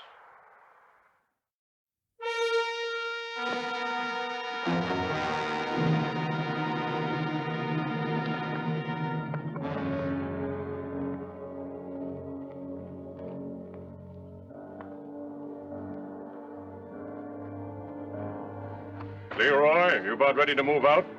I will be. As soon as your son gets back with my carry. Those two. They'll make relatives of us yet. I expect he will. As soon as we all get back to California.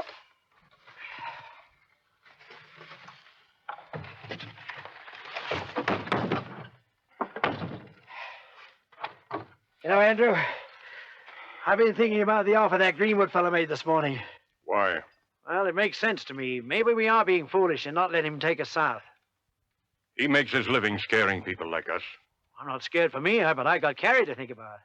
You worry too much, my friend. I say we find the young ones and move out. Oh, gentlemen, you thought about my offer? You know, this is our last chance to consider. You die hard, Mr. Greenwood. For $100 each, maybe I can save you from doing the same. You do not scare us, sir. I should, Mr. Bonney. You might not make it without me and my boy. There is nothing you can do for us that we cannot do for ourselves. You're wrong, sir. Those Indians don't know you. They're our friends. And we make it a business to get along with them. You also make it a business of getting along with General Sutter. He pays you too, doesn't he? He does, half. But then the good general ends up giving you land. Free. There is plenty of free land in California. Yes, but Andrew, maybe... I'm telling you, Leroy, there is nothing on that trail that you and me and Gideon cannot handle. Let us stop arguing and be off. Good day, sir.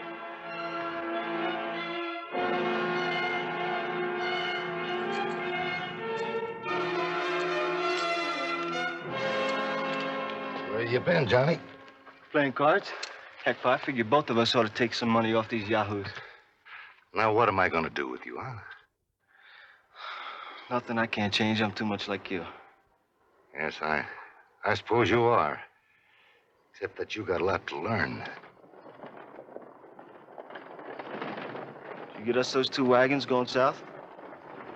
No, not even one. Oh, Pa, there ain't another wagon train due for 2 weeks now. What are we gonna do here? We ain't staying, Johnny. I got it. We're going to Austin to wait, right? Wrong. Besides, 2 days in that town, you'd be no good to nobody. Okay, then tell me, what are we gonna do? Follow close to them wagons, we didn't get it. Oh, Pa. Now, look, Johnny. I got an idea that they're gonna need us real soon.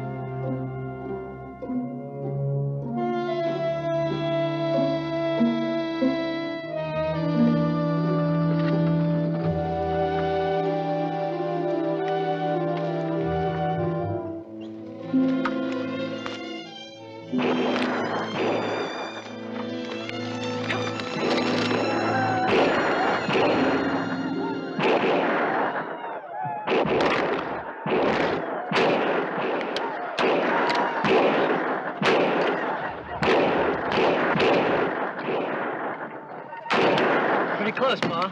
Not close enough. They're still coming.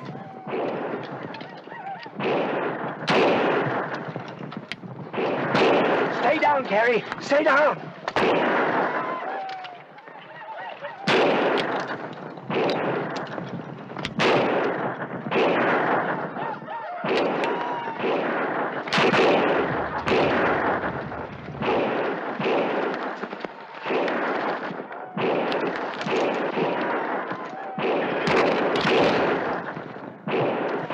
Don't be a fool. You know better than that. Down there.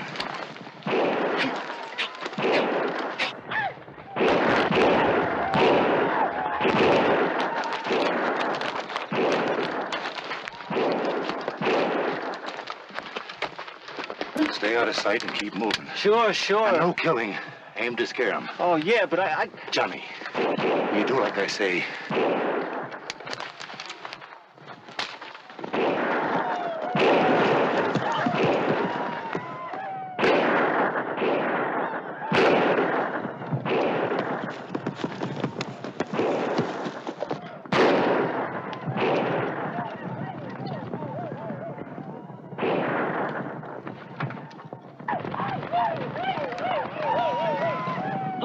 and tail.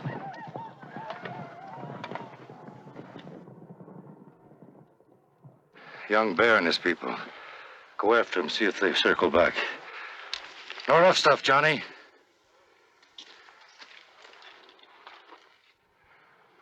I don't know what you're doing here, but you saved our lives. They'd have liked to have killed us. I could see that. What started this? They came at us out of nowhere. You had time to unhitch and set up the wagons. They couldn't have come that fast. We fired at them and drove them back. You fired first? Like he said, they came at us. They were looking for food. Now, if you'd have given them some, they'd have gone away. We didn't know that. Of course you didn't. That's part of the game of getting along with them. Do you think they'll come back? Probably.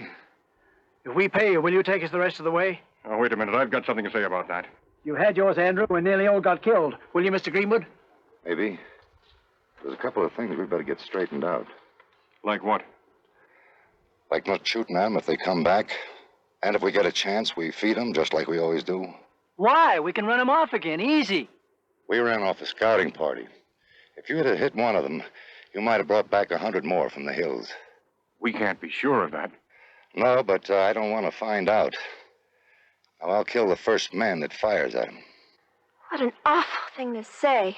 Those are pretty tough terms, Mr. Greenwood. They have to be, Mr. Dalton. Well, I see we have no other choice. Not if you want to get out of here alive.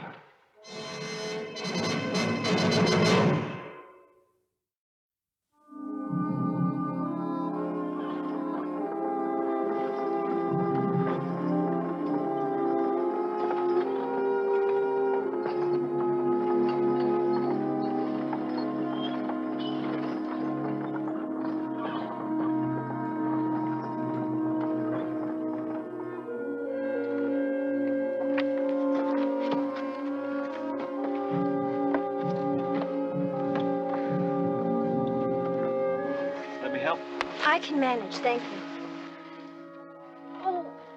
Oh. Can I go now? If you want.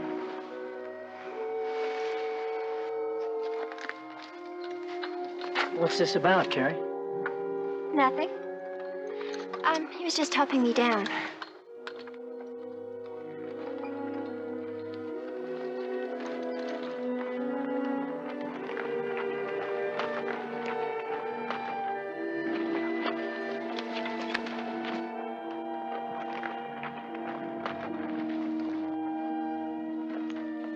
What is it, Pa? I don't know. Maybe nothing.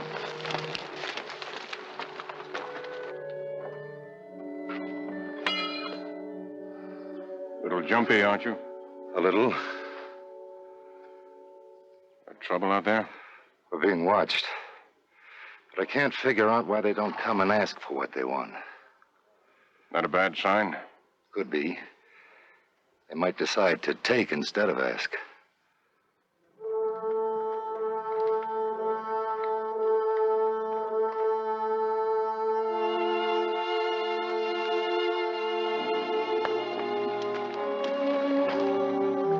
It's them, Johnny.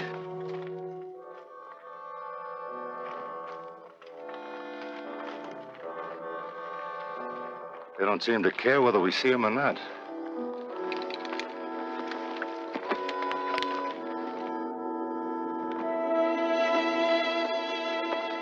Maybe they're just curious. We'll know soon enough. We could take care of them, Pop, if you'd let us. The rules I told them go for you, too, Johnny. Caleb, is there anything we can do?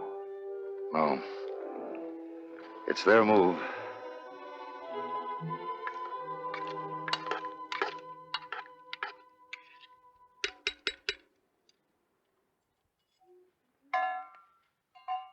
Gideon?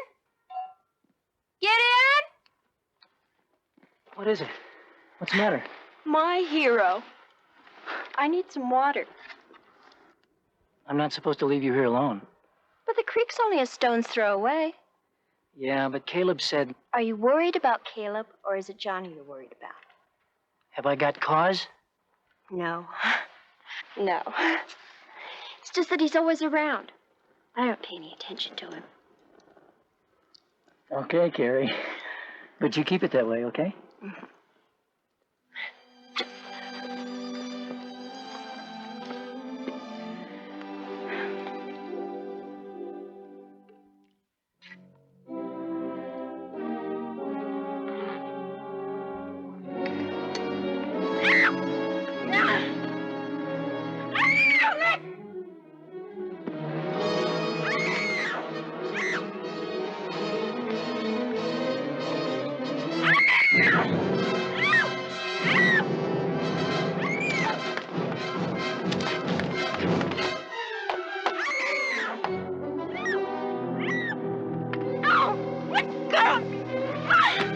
Step back, Carrie. You fire that gun, boy, and it'll be the last thing you ever do. He tried to make off with her. He's just hungry. Now put down that gun. Gideon, you didn't hurt me. Put down the gun for me, please.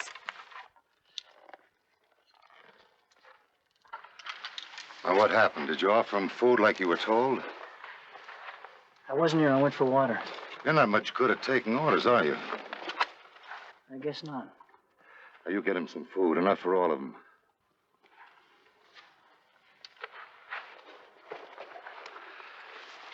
Johnny, you stay with the girl. The rest of us will go ahead to see if it's clear to pull out of here. Right, Pop.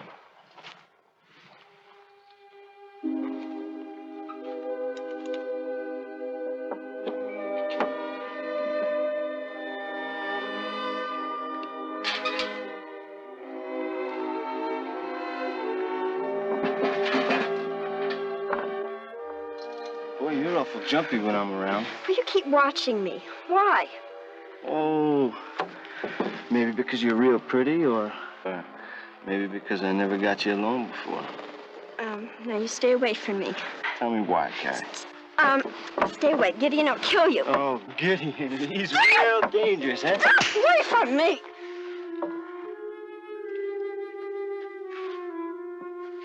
We come in on something? Oh, no. We just finished loading the wagons.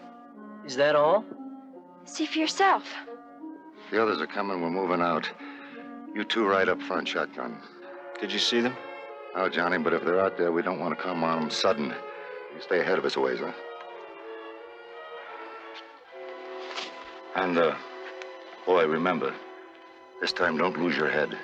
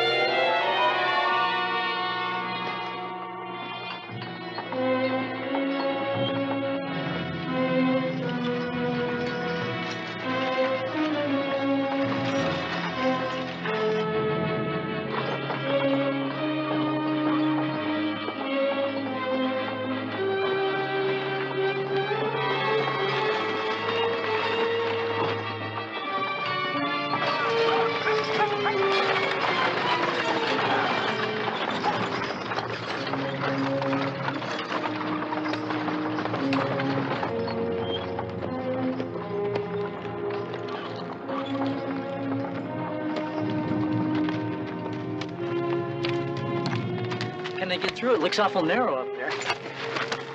It'll be slow.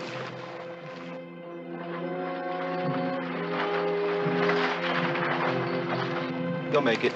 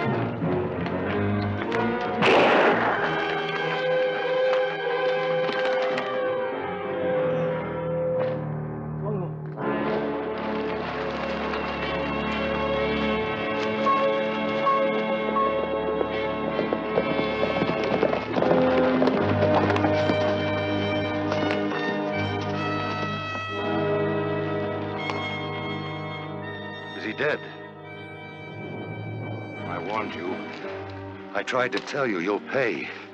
I said I'd kill the man who fired at him. It was so fast, it just happened. Please, listen to me. Let me tell you, please. Tell me what? Speak fast, boy. It wasn't me, it was Johnny. You're lying. You're trying to get even. No. Hear him out, Caleb. Where is he? Answer me. Gone, he ran, scared. His gun hasn't been fired, Caleb. You wouldn't have killed Gideon, I know that. How? How could you know? Listen to me. Nobody's holding you to your word. Nobody. I am Andrew.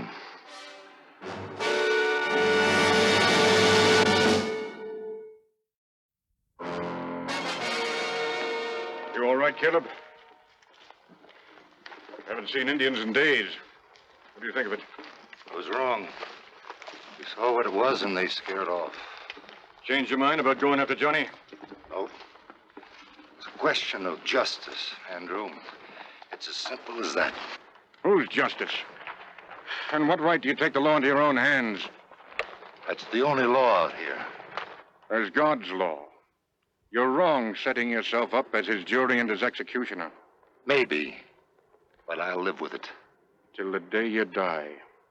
I'm coming with you, Caleb. You can suit yourself. I don't need you.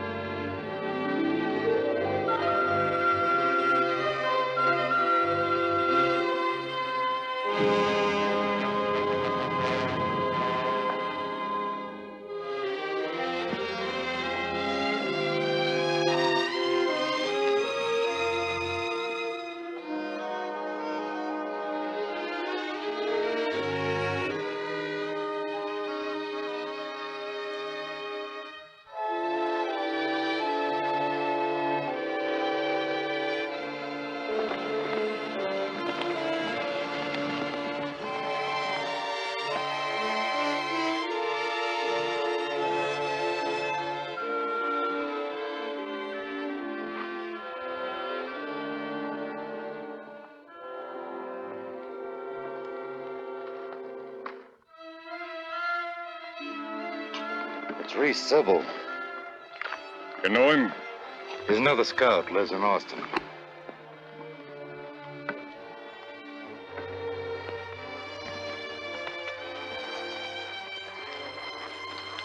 Caleb, Johnny gave me a message if I was to run into you.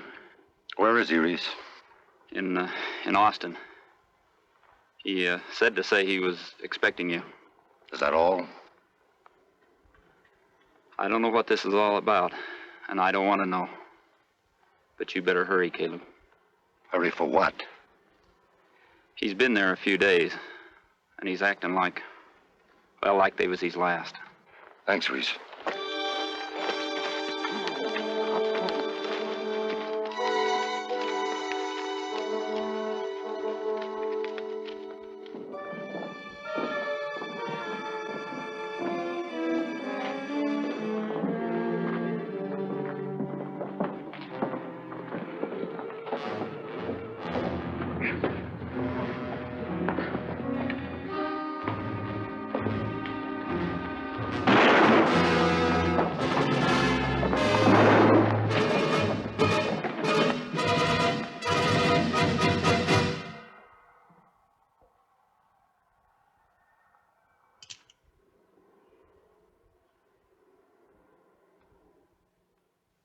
Pa.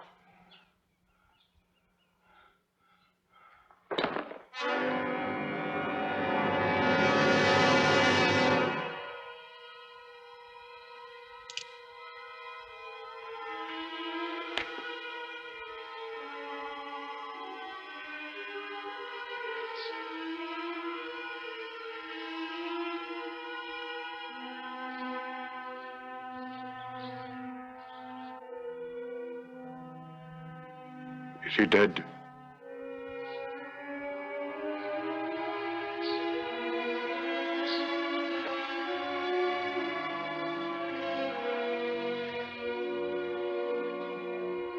Caleb,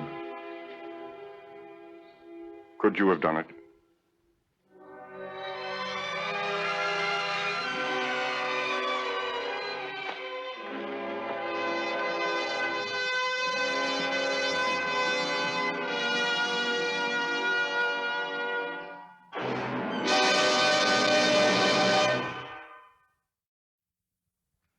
And so, a simple question of justice went unanswered.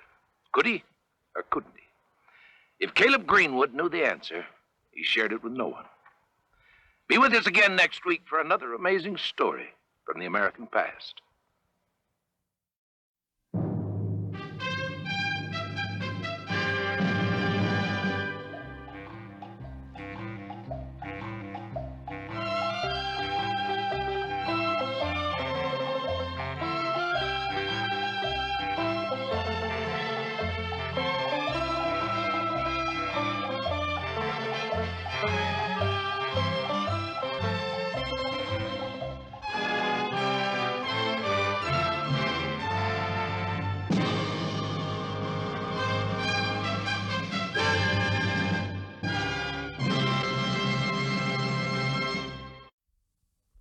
In 1887, Frank Baum moved to South Dakota where a gold rush was on.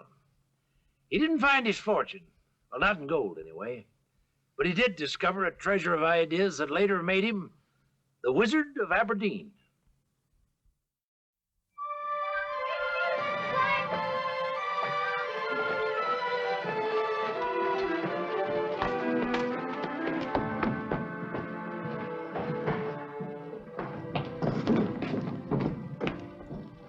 Well, what kind of foolishness has that father of yours written this week?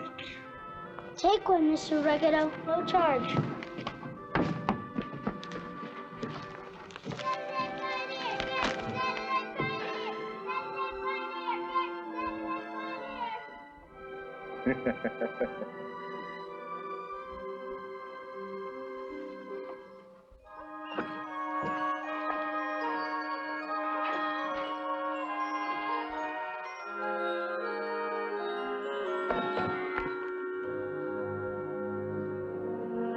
So there she was, this frightened little girl, swooped up by the magic wind and flown away through the clouds.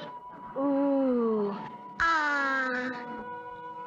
And dropped right smack in the middle of this strange, wondrous land.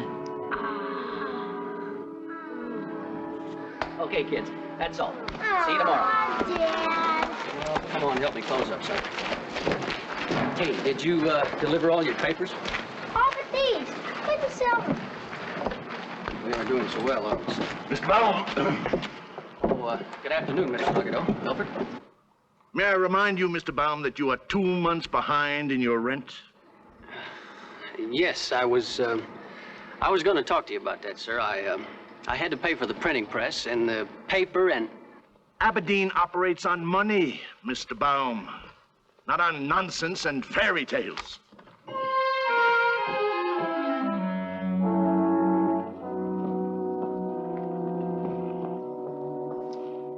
Little girl, dog, evil woman takes dog, swooped up by the magic wind.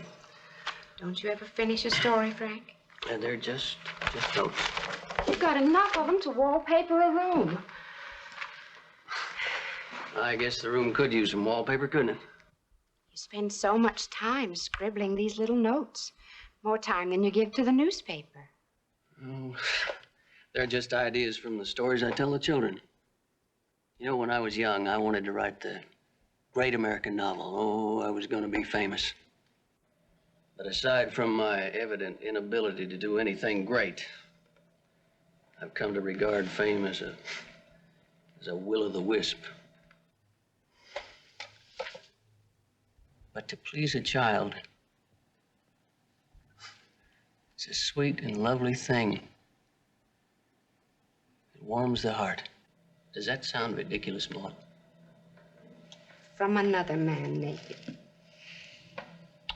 But not from you. You know, it's embarrassing, really. What? For a grown man to believe in fairy godmothers. Well, she sent me you, didn't she? I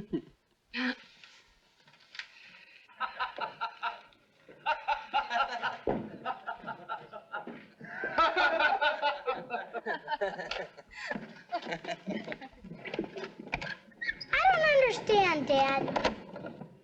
If people like our newspaper, Why do we owe so much money?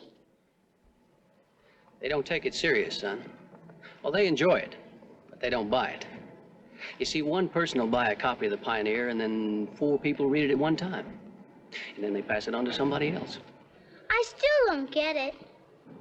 Well, son, grown-ups play games too sometimes, only they don't always realize it. You see, in Aberdeen, it's just not considered smart to buy the Pioneer. But I tell you what, I'll bet you more people read it than the other one. Just a minute, Dad.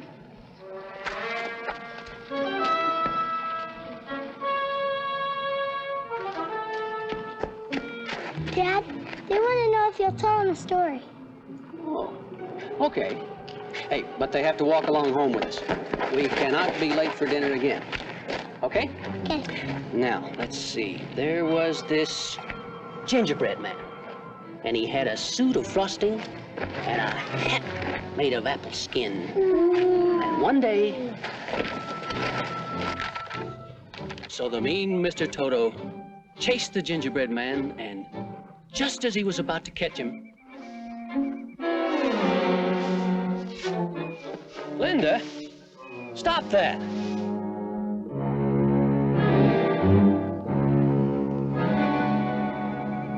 What are you doing? This old scarecrow, it frightens me every time I pass. I'm gonna tear him down. Oh, no, you mustn't do that. Well, he can't hurt you. Look at him. He's just a pathetic big rag doll. He's just old clothes stuffed with straw. But he scares me. Well, that's why they call him a scarecrow. But he's supposed to scare crows, not little girls. Maybe you have a little crow in you, huh, Glenda? You know, when I was a little boy, I used to have nightmares about an old scarecrow we had on one of our fields. I used to dream he was chasing me. Then I realized he's just a scarecrow. Poor old guy. He didn't even have any brains. He's just plain stupid. Now, don't you feel sorry for him? I guess so. You know, he's a pretty skinny old scarecrow at that. Why don't we fatten him up? Huh? Come on, help us. Come on, Josh, give me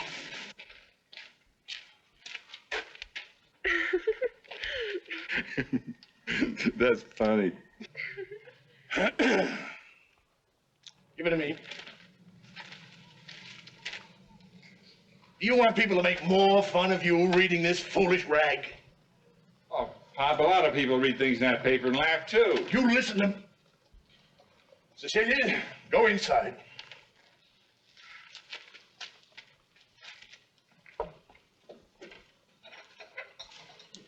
How old are you now, son?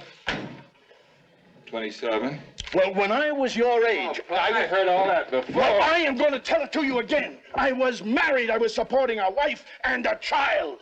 And look at you. Well, I got a job. What, cleaning out a stable? Shoveling hay?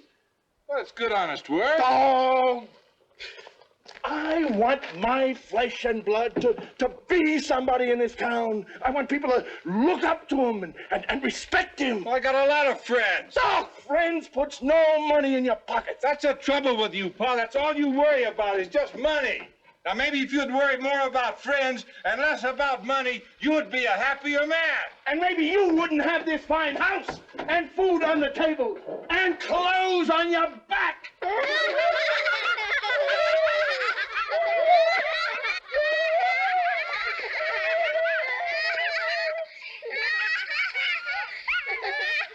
Hey, wait a minute. What's going on here? Tommy's too scared to go near the old mill after dark. Thinks there's ghosts and goblins there or something.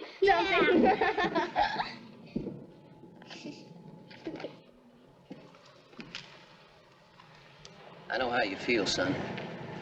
I felt the same way once.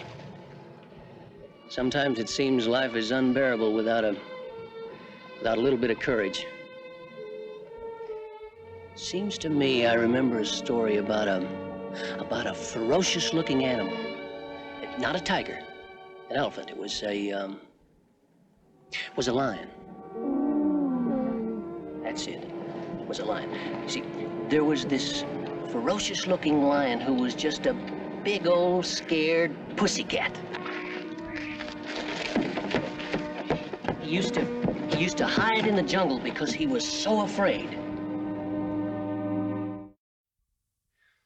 Axle grease peddler, crockery salesman, came out here and opened a general store, and that went bankrupt. Well, you gave out too much credit. 161 people still owe us money from the store. And now the newspaper. You sure picked a dilly of a husband. You have a wonderful mind and a marvelous imagination. It'll pay off one day. Well, imagination won't pay those bills. How long am I going to chase rainbows? You'll find yours one day. Well, if you say it, I believe it.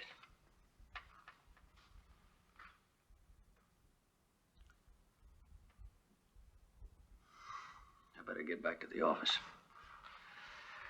I still have a newspaper to get out.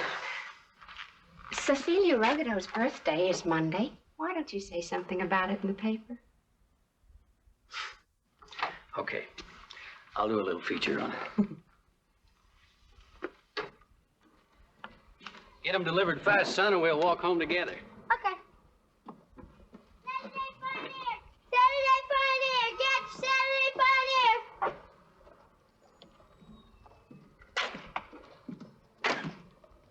Saturday Pioneer! You want Saturday Pioneer? Saturday Pioneer! Saturday Pioneer! Get Saturday Pioneer!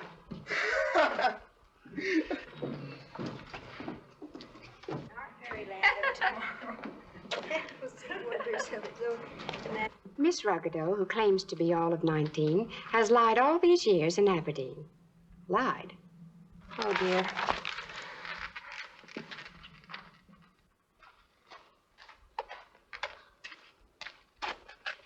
Cecilia, go in the house. Manfred, come out here. He is not going to get away with this. Yes, Pa. Look at this newspaper. See how that Frank Baum has insulted your sister?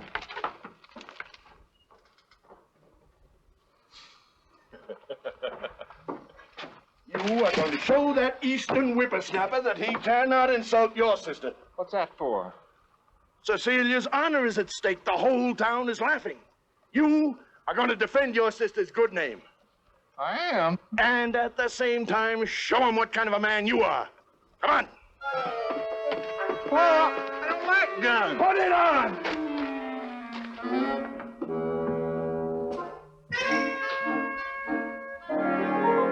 Josh!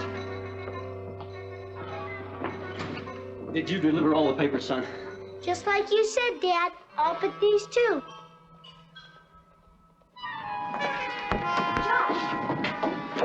Did you read what your father wrote about Cecilia Rugado? No, I haven't had time. Been delivering my papers. My mother says Cecilia's 25 if she's a day.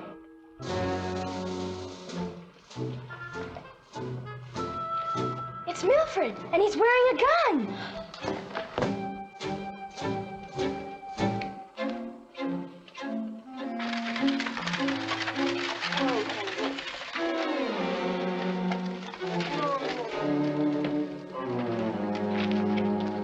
Mr. Rugado. Your husband is going to pay for insulting Cecilia. Milfred will see to that. Oh, I'm sure there must be some mistake. You see, sometimes when printing a newspaper... You can't stop my son, Mrs. Baum. He is determined to defend his sister's honor. Look at the set of his jaw, the fire of his eyes. But, Mr. Rugado... Some people in this town think of Milfred Rugado as just a stable boy, but they are going to find out what my son is made of. I'm sure if you'd let my husband explain... I can't stop my son, Mrs. Baum. His blood runs hot with vengeance.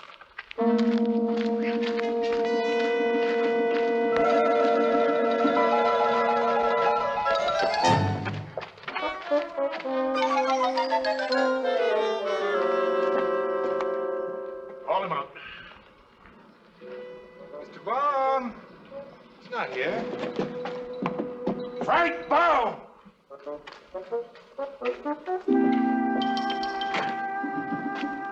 I was just gonna come over and see you, Mr. Ruggido. Too late for apologies. The damage is done. My son demands satisfaction. Oh, well, I'll print a retraction. No, you're not going to get out of this that easily. No. Milford, tell him. You're under arrest. Now put that back in the hole. He will be waiting for you out in the street. Waiting for me? You mean you want me to... You're talking about a duel. Me and Milford? Right, you and Milford. Milford! That's ridiculous. We will see who is the real man here. You or my son. This whole town is going to see. Milford T. Ruggido is not something to be ridiculed. Milford?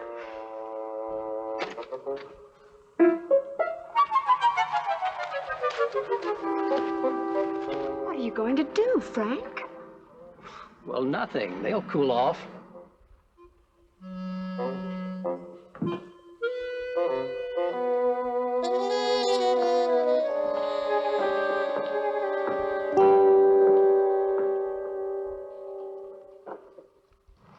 Hey, fellas, what are you looking at me like that for? But, Dad, if you don't face Milford, the whole town will think you're a coward. Son, I don't care what the town thinks. It's what I think that's important. But what about what we think? Me, Linda, Tommy, all of us. Well, you all know how I feel about violence, about guns. Now, that's not the way to live. You know what I've told you. But... What do you want me to do, son? You want me to go get a gun and kill Milford? Or maybe he'll kill me. Is that what you want? What else could you do? Look, son. Haven't I taught you that the measure of a man is not the muscle in his arm, it's what's in here, in his heart. That's what counts. Courage is not weighed by how good a man can fight. Hey, remember the story I told you about the lion that was so scared? Are you scared, Dad?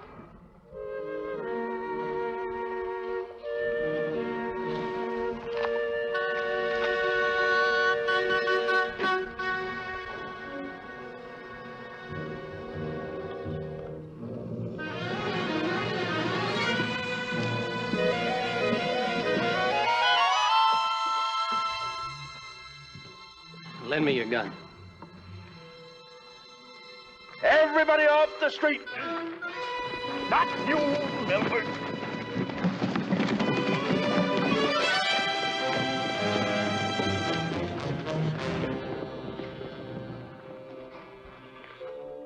Here is your chance. Now you show them that you've got your father's blood in you. Good luck, boy.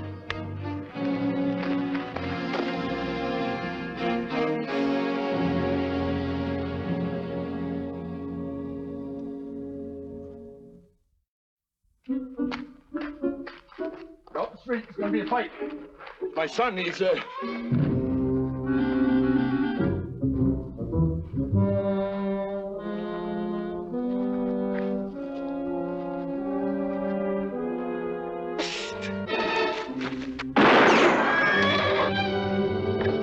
Watch what you're doing!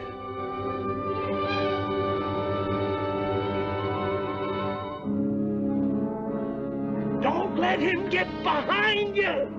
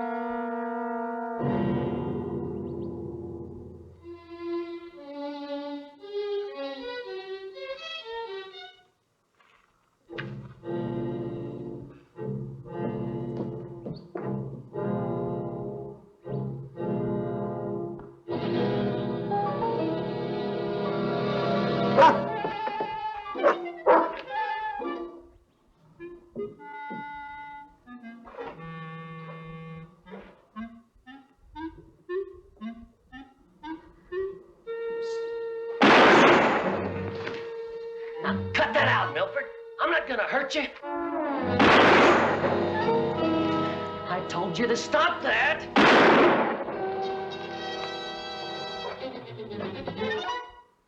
So you see, Milford, it was all a mistake. A typographical error. A what? The story was supposed to say your sister has lived all these years in Aberdeen, not lied. The letter V must have popped out of the typesetter. Understand? Yeah. So, well, you know I like your sister. I think Cecilia's a wonderful girl. Oh, thanks, Mr. Baum. So, we'll let your father and the others think we shot it out. Okay? Okay.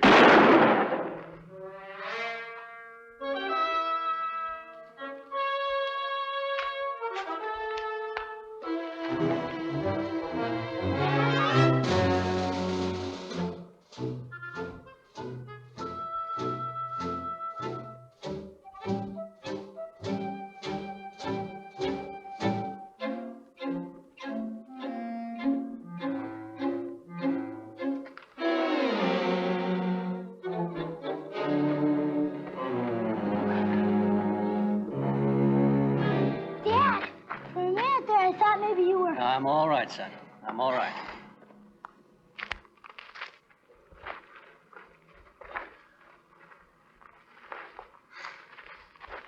Oh, it was close. He almost got me twice. Hey, just missed me by a hair. Well, I guess it was a draw, huh, Milford? Yep. Fair fight. Right to the draw. Guess I'm not a very good shot. Neither one of us are very good with a gun. Now, why don't we all go home and forget it?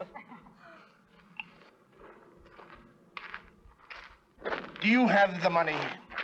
I want it right now, or I take back my store and your printing equipment. Well, I guess it's all yours, Mr. Ruggido. Come on. Paul, now, I don't mean any disrespect, but you're just plain mean. And I like working at the stable. And Celia does lie about her age. And I hate guns.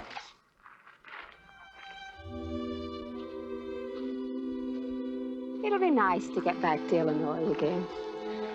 Right back where we started from. I'm sorry, Maud. Don't worry, dear. You'll find it. It's up there somewhere. Your rainbow. Hey, Dad! You gonna tell us a story before dinner? Yeah! Tell you what, you want to hear some more about the little girl who was swept away by the magic wind? Oh, boy! You're going to miss the oohs and ahs of these children back in Chicago. Mr. Bond, what is the name of the place where the wind blew the little girl? Oohs? Oh, no. No.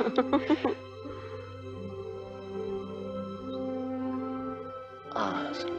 Oz. The land of Oz. So there was Dorothy in this strange land of Oz with only her little dog for company.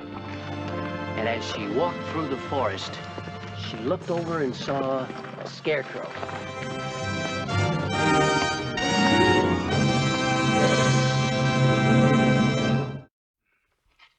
Not long after he left South Dakota, Frank Baum put his notes together and found his rainbow in his book about a little girl named Dorothy and her friends, the Scarecrow, the Cowardly Lion, and the Tin Man. They became the most beloved fairy tale in American literature, The Wizard of Oz.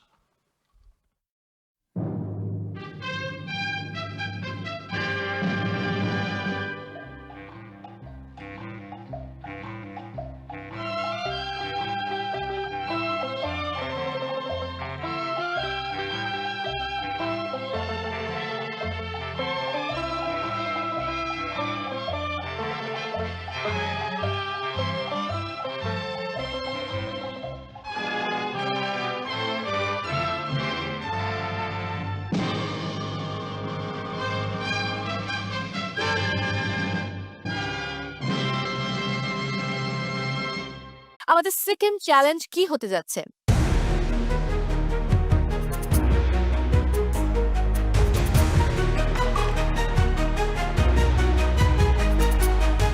মো, আমরা সবাই জানি life is a journey, so আমাদের আজকের বিষয়টা kind of জার্নির উপরেই থাকবে। Great, তাহলে আমাদের ডেস্টিনেশন কোথায়?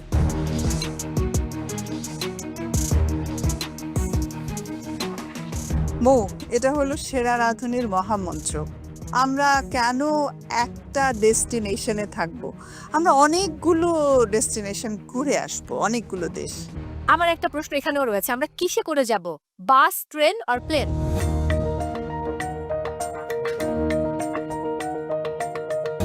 প্লেনে নামো, আমরা প্লেটে করে যাব। ওকে। এটা একটা culinary destination চ্যালেঞ্জ হবে, অল অ্যারাউন্ড দ্য ওয়ার্ল্ড। পুরো বিশ্ব ভ্রমণ করব এন্ড সব দেশের কুইজিন নিয়ে আজকে কাজ করব। পার্টিসিপেন্টস, তাই আজকে এবং আগামীর আমাদের থিম থাকছে স্বাদের বিশ্ব ভ্রমণ।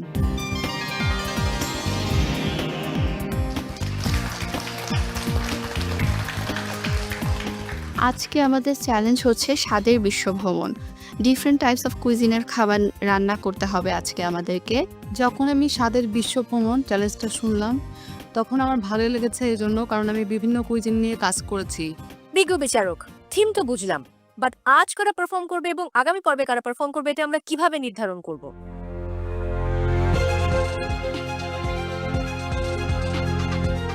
আজ আসলে 20 জনই পারফর্ম করবে। হ্যাঁ,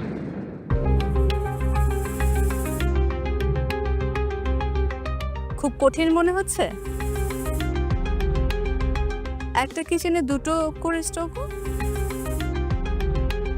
সেভাবে তো ভাগ করে নেওয়া যাবে, তাই না? রাইট? আচ্ছা, আরো সহজ করে দিচ্ছি, আসলে 10 জনেরই রান্না হবে।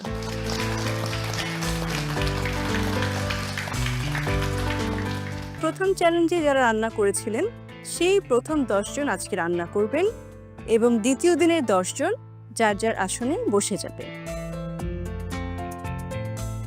কারা রান্না করবে সেটা বুঝলাম, কিন্তু কি রান্না করবে? এই যে বললাম, নানা দেশের রান্না, cuisine from all over the world. বিভিন্ন দেশের রান্না তো হবেই, কিন্তু কাদের পছন্দে হবে? আপনাদের পছন্দে? না।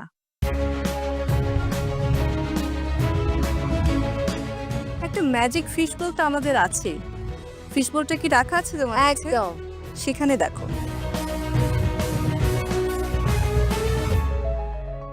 ফিশ বোলের রেসিপি চুজ করার আগে আরেকটা পার্ট আছে।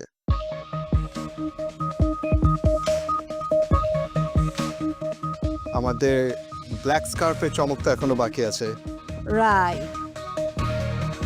কুমু, আপনি আমাদের লাস্ট চ্যালেঞ্জের ব্ল্যাক স্কার্ফ উইনার, সো আপনার জন্য একটা স্পেশাল পাওয়ার থাকবে, বাট আমি আপনাকে 3টা অপশন দিব। থিঙ্ক ওয়াইজলি কোনটা আপনাকে ম্যাক্সিমাম বেনিফিট করতে পারে।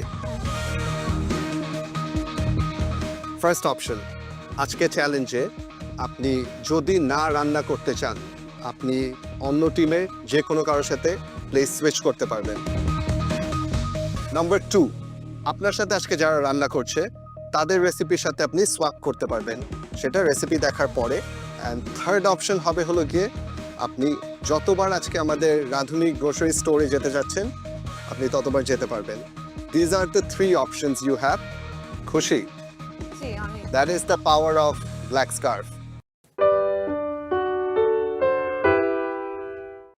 নতুন ভাবেই আজকে কিছু একটা হবে, সেটা জানাতে মৌ আমাদেরকে একটু হেল্প করো। আমি কি জানি? আর আমি যে জানি সেটাই তো আমি জানি না। চলো আমরা একটু দুজন মিলে ট্রাই করি। শিওর। নতুন দিন, নতুন পর্ব এবং সেই সাথে নতুন চ্যালেঞ্জ। কিন্তু চ্যালেঞ্জটা আসলে কি?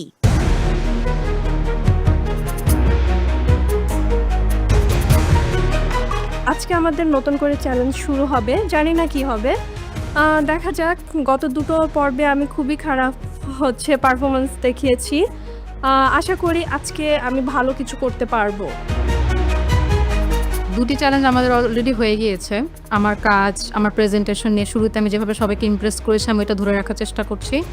নতুন ভাবেই আজকে কিছু একটা হবে, সেটা জানাতে মৌ আমাদেরকে একটু হেল্প করো।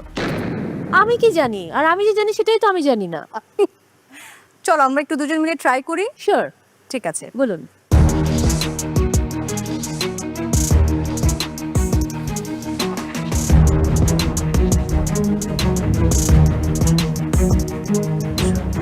পূর্ণিমাপু, কোনো কি সমস্যা? আপনি ফিস ফিস করে কথা বলছেন কেন? কি যেন বললে তুমি? ফিস ফিস করে কথা বলছেন কেন? লাউডলি ভাই শুনতে পাচ্ছি। এই যে তোমার মুখ দিয়ে তো বেরিয়ে গেছে, মানে ফিস ফিস। রাইট। মহামঞ্চ আসলে একটা রহস্যময় জায়গা, এটা একটা মরীচিকাই বলবো। যদি মনে হয় যে এটা হবে, তবে সেটাই আগে হয় না, এবং যেটা মনে করি না যে আজকে হবে সেটাই হয়ে যায়। সেরা রাঁধুনির এই মহামঞ্চে কোনো কিছু প্রেডিক্ট করে আসা যে আমি এটা নিয়ে প্রিপারেশন নিব, এটা আসলে আমার মনে হয় যে ভুল, কারণ সেটা গত 2টা চ্যালেঞ্জে আমি বুঝতে পেরেছি আমি যেটাই ভেবেছি সেটার অপোজিটটা এসেছে। আজকে আমাদের ফিশ নিয়ে কিছু একটা হচ্ছে। ওকে, বাট ফিশ নিয়ে হবেটা কি?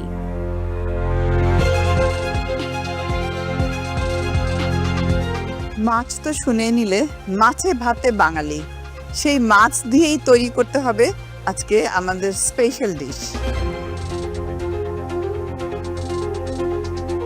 বাট আমরা নর্মালি বাসায় যেভাবে রান্না করি, বাসার রান্না দিয়ে তো হবে না। সো আমাদেরকে দেশি ফিশ রান্না করতে হবে। দেশি মাছ দিয়ে আজকে আমরা রান্না করব, কিন্তু দেশি ফিশ দিয়ে বিদেশি রান্না করব। সো আজকে চ্যালেঞ্জের নাম ফিশ ফিউশন।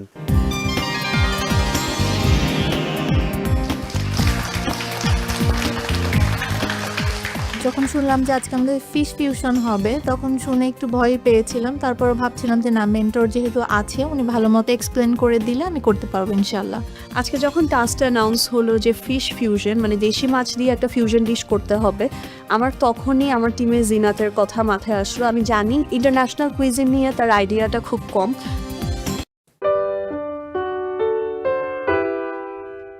প্লেটিং এর আইডিয়া অলরেডি চিন্তা করা আছে। হ্যাঁ, এখন জাস্ট এটা হয়ে গেলে প্লেটিংটা করে দিই। 14 মিনিট বাকি। কস্টিং শুরু করে দাও। কস্টিং হয়নি, প্লেটিংটা পরে কস্টিংটা শেষ করে ফেলবো। আমি জাস্ট এখন ক্লিন করছি একটু যতটুকু ম্যাচ।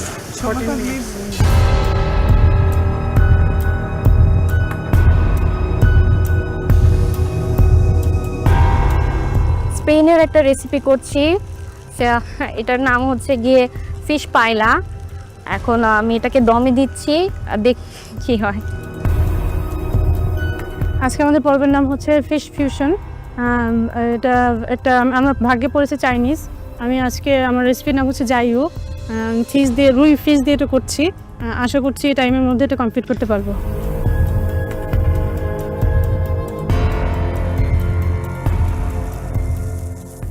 আজকে আমি করছি মেক্সিকোর একটা ডিশ, পেসকাডো আলা ওয়ারকুজানা। আজকে আমি ফার্স্ট টাইম মেক্সিকান কোনো ডিশ করছি, তারপর ফিশ দিয়ে ফিউশন। আজকে আমার রেসিপি ছিল ফ্রেঞ্চ কুইজিন, তো দেশি মাসে ফ্রেঞ্চ কুইজিনের কোনো একটা ডিশ আমাকে করতে হচ্ছে। আমি আমার মেন ডিশ হিসেবে রাখছি হচ্ছে ফ্রেঞ্চ বিস্ক স্যুপ, সেটা হচ্ছে বল দিয়ে করতেছি আমি, বল পিস দিয়ে। আমার স্যুপ মোটামুটি হয়ে গেছে, আমি জাস্ট একটু টেস্ট করে এটা নামাই ফেলবো। আমার অলরেডি আমি এটা রোল ভাজবো আর হচ্ছে টোস্ট রেডি করবো, দ্যাটস ইট।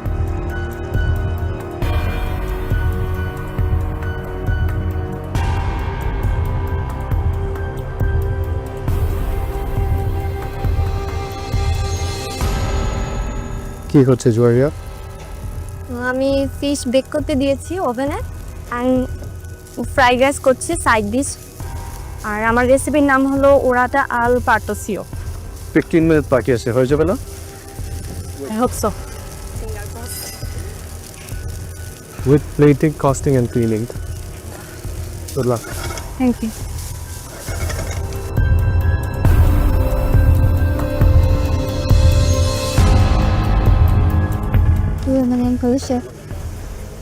Thai cuisine. জি। দেখে বোঝা যাচ্ছে। We can smell the Thai flavors.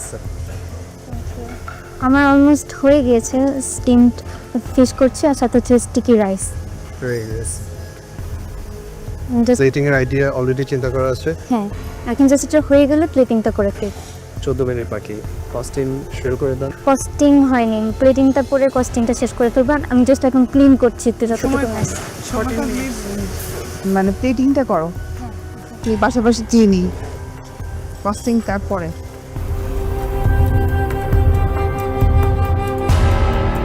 কি অবস্থা? জি আলহামদুলিল্লাহ ভালো। আজকে আমার মেক্সিকান ডিশ পেসকাডো আলা বিরে ক্রুজানা। কি ফিশ নিয়েছো? আজকে আমি বোয়াল। বোয়াল? জি।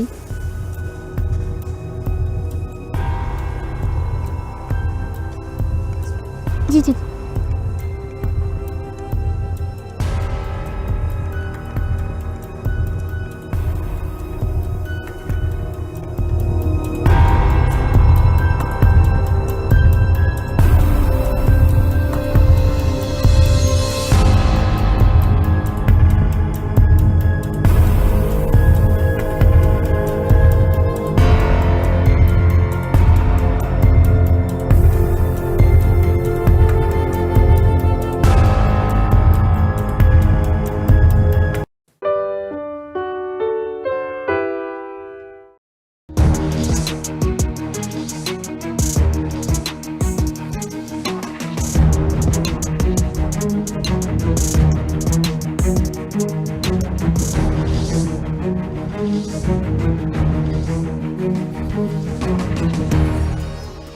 এবার আমরা কার কি টোকেনে লেখা আছে সেটা শুনবো।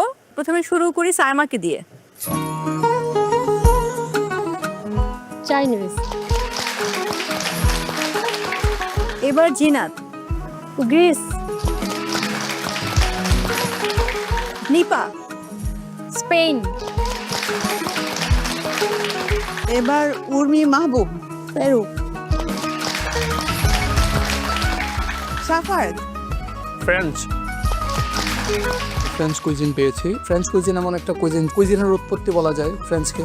তো সেক্ষেত্রে আমি একটু কনফিডেন্ট ছিলাম যে কোনো দেশীয় ফিশ দিয়ে আমি ফ্রেঞ্চের যে কোনো একটা আইটেম করতে পারবো। লিনা দেখি তোমার টোকেনে কি আছে। মেক্সিকো। আমি জানতে চাই নসিন, আপনার টোকেনে কি আছে? থাইল্যান্ড। ও বাবা। Juairia. Italy. And last Mousumi. India. India. India. বরাবরই আমি মাছ রান্নাতে একটু দুর্বল, তো এই জন্য মাছের যখন ফিউশন ইন্ডিয়ার সঙ্গে হলো তখন আমার একটু মানে ভয় কাজ করছিল।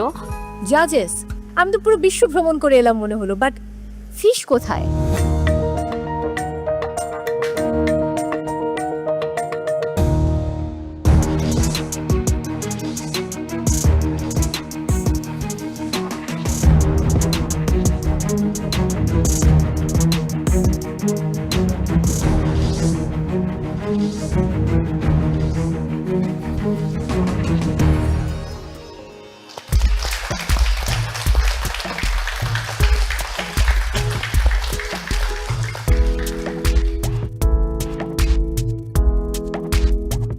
জিনিসটা কভার আপ করার পরে দেখলাম ওখানে 4 টাইপের মাছ ছিল, অ্যান্ড দেখে খুব একটা ডরাইনি, বিকজ মেন্টররা আমাদের অলরেডি ক্লাস নিয়েছেন অ্যান্ড এই দেশি ফুডগুলো নিয়ে অনেক ফিউশন ডিশেস করানো হয়েছে। এই 4 ধরনের মাছেরই ডিফারেন্ট কাটস ভ্যারাইটিস আছে আমাদের রাঁধুনি গ্রোসারি স্টোরে। আপনাদেরকে আজকে একটা ডিশ প্রেজেন্ট করতে হবে। এছাড়াও আপনার যদি মনে হয় এর সাথে কোনো সাইড ডিশ আপনারা দিতে চাচ্ছেন অর অ্যাপ্রোপ্রিয়েট যেটা যায়, সেটা আপনারা আমাদেরকে আজকে প্রেজেন্ট করতে পারেন। সুবিধার্থে আরেকবার বলে দিচ্ছি, এখানে 4টা মাছ, রুই মাছ আছে, বোয়াল মাছ, ট্যাংরা আর বেলে মাছ। এই 4টা থেকে যার যে দেশ বা কুজিন অনুযায়ী আপনারা রান্না করবেন। আর একটু সহজ করে দেই আপনাদের জন্য, তো অবশ্যই মেন্টার্স আছেন। মেন্টার্সের হেল্প নিয়ে কিন্তু আপনারা আজকে রান্নার পরিবেশন করবেন। তার জন্য মেন্টরসদের টাইম দেওয়া হবে আজকে পার পার্টিসিপেন্টসের জন্য 5 মিনিট করে পাবেন।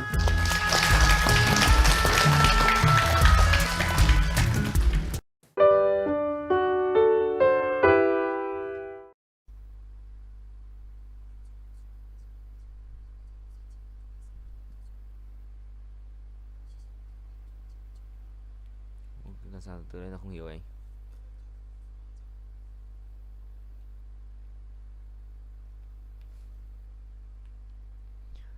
What really don't understand?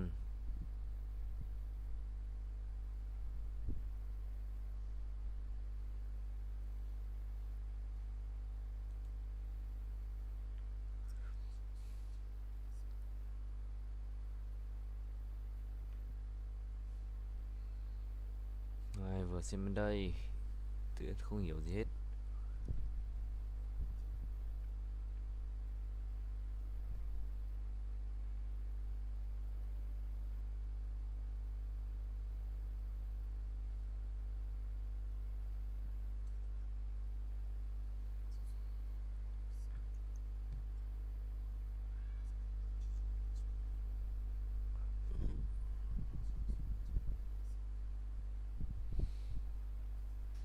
Ây da.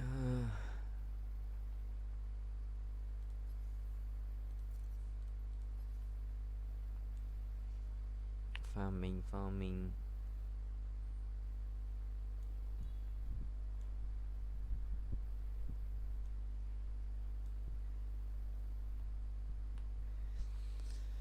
Yeah, I'm farming, bro.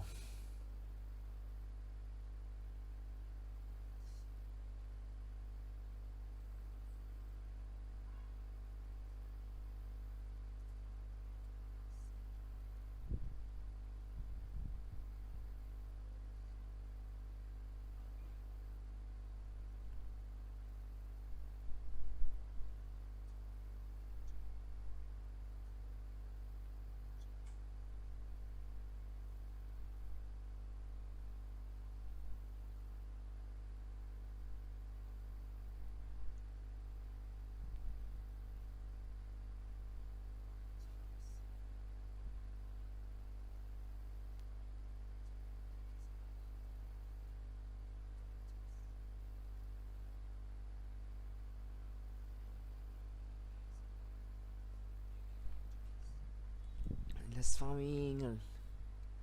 Chém mấy cái vỡ cái thùng. Hơi mỏi mắt đấy.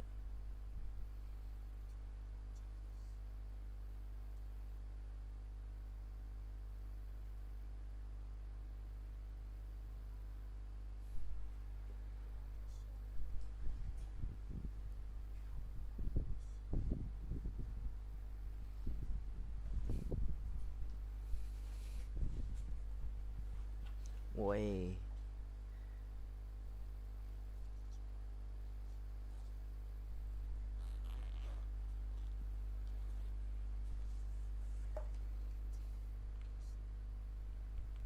Ui. Chém cho anh xin.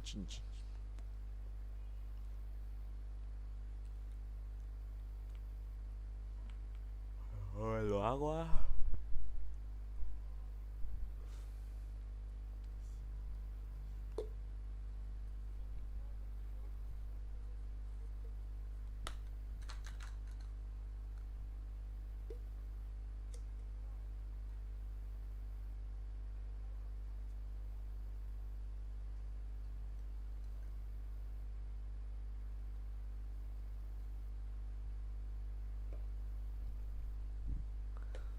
Magnesium.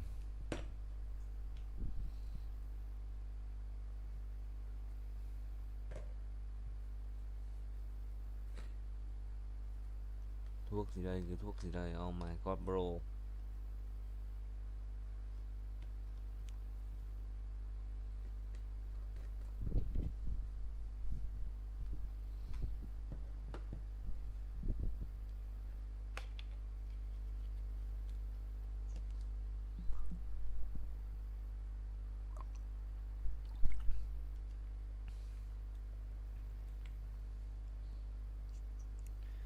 Kiểu này sẽ khiến tôi vui vẻ.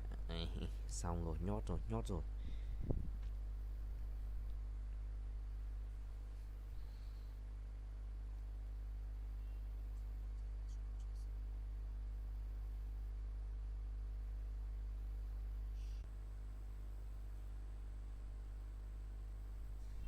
Bình chi lưng cực tối chẳng nhìn cái gì.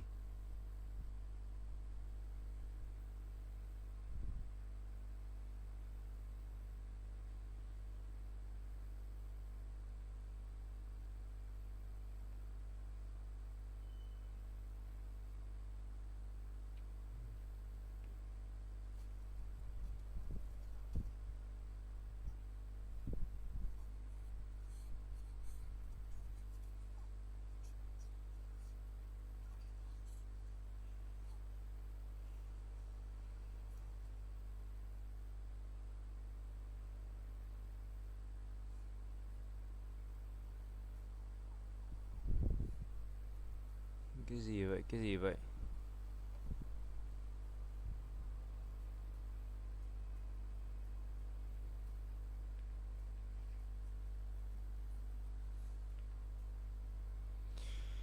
Holy shit, Pri.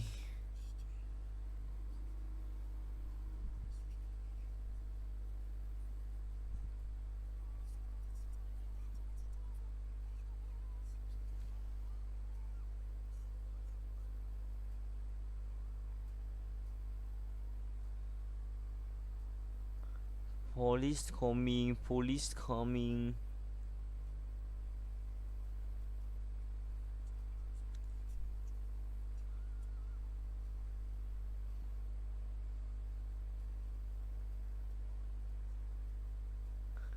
Bro, police coming.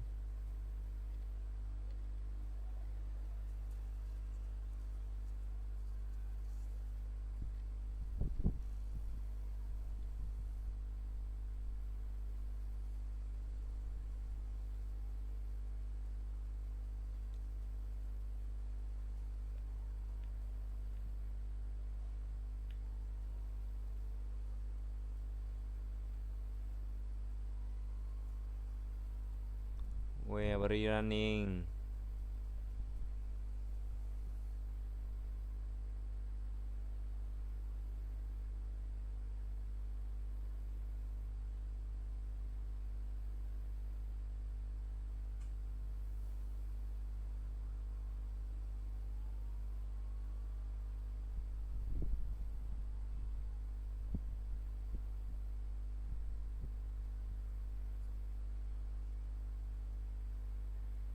What? Bị mất luôn rồi.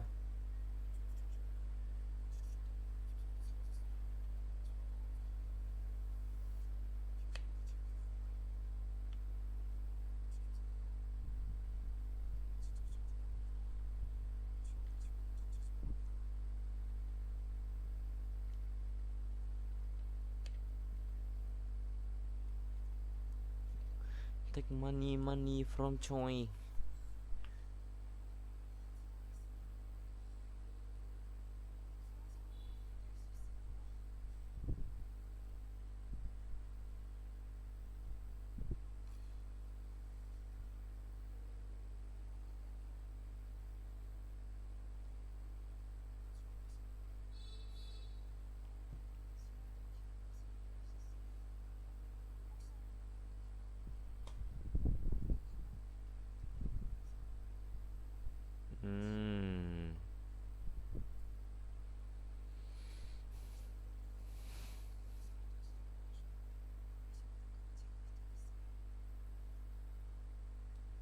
Và mình một chém lát. Chém này đi. Chém cái tôi đùng này đi.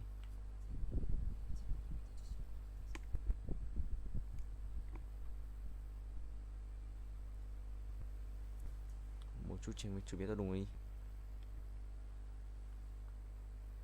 Lô à.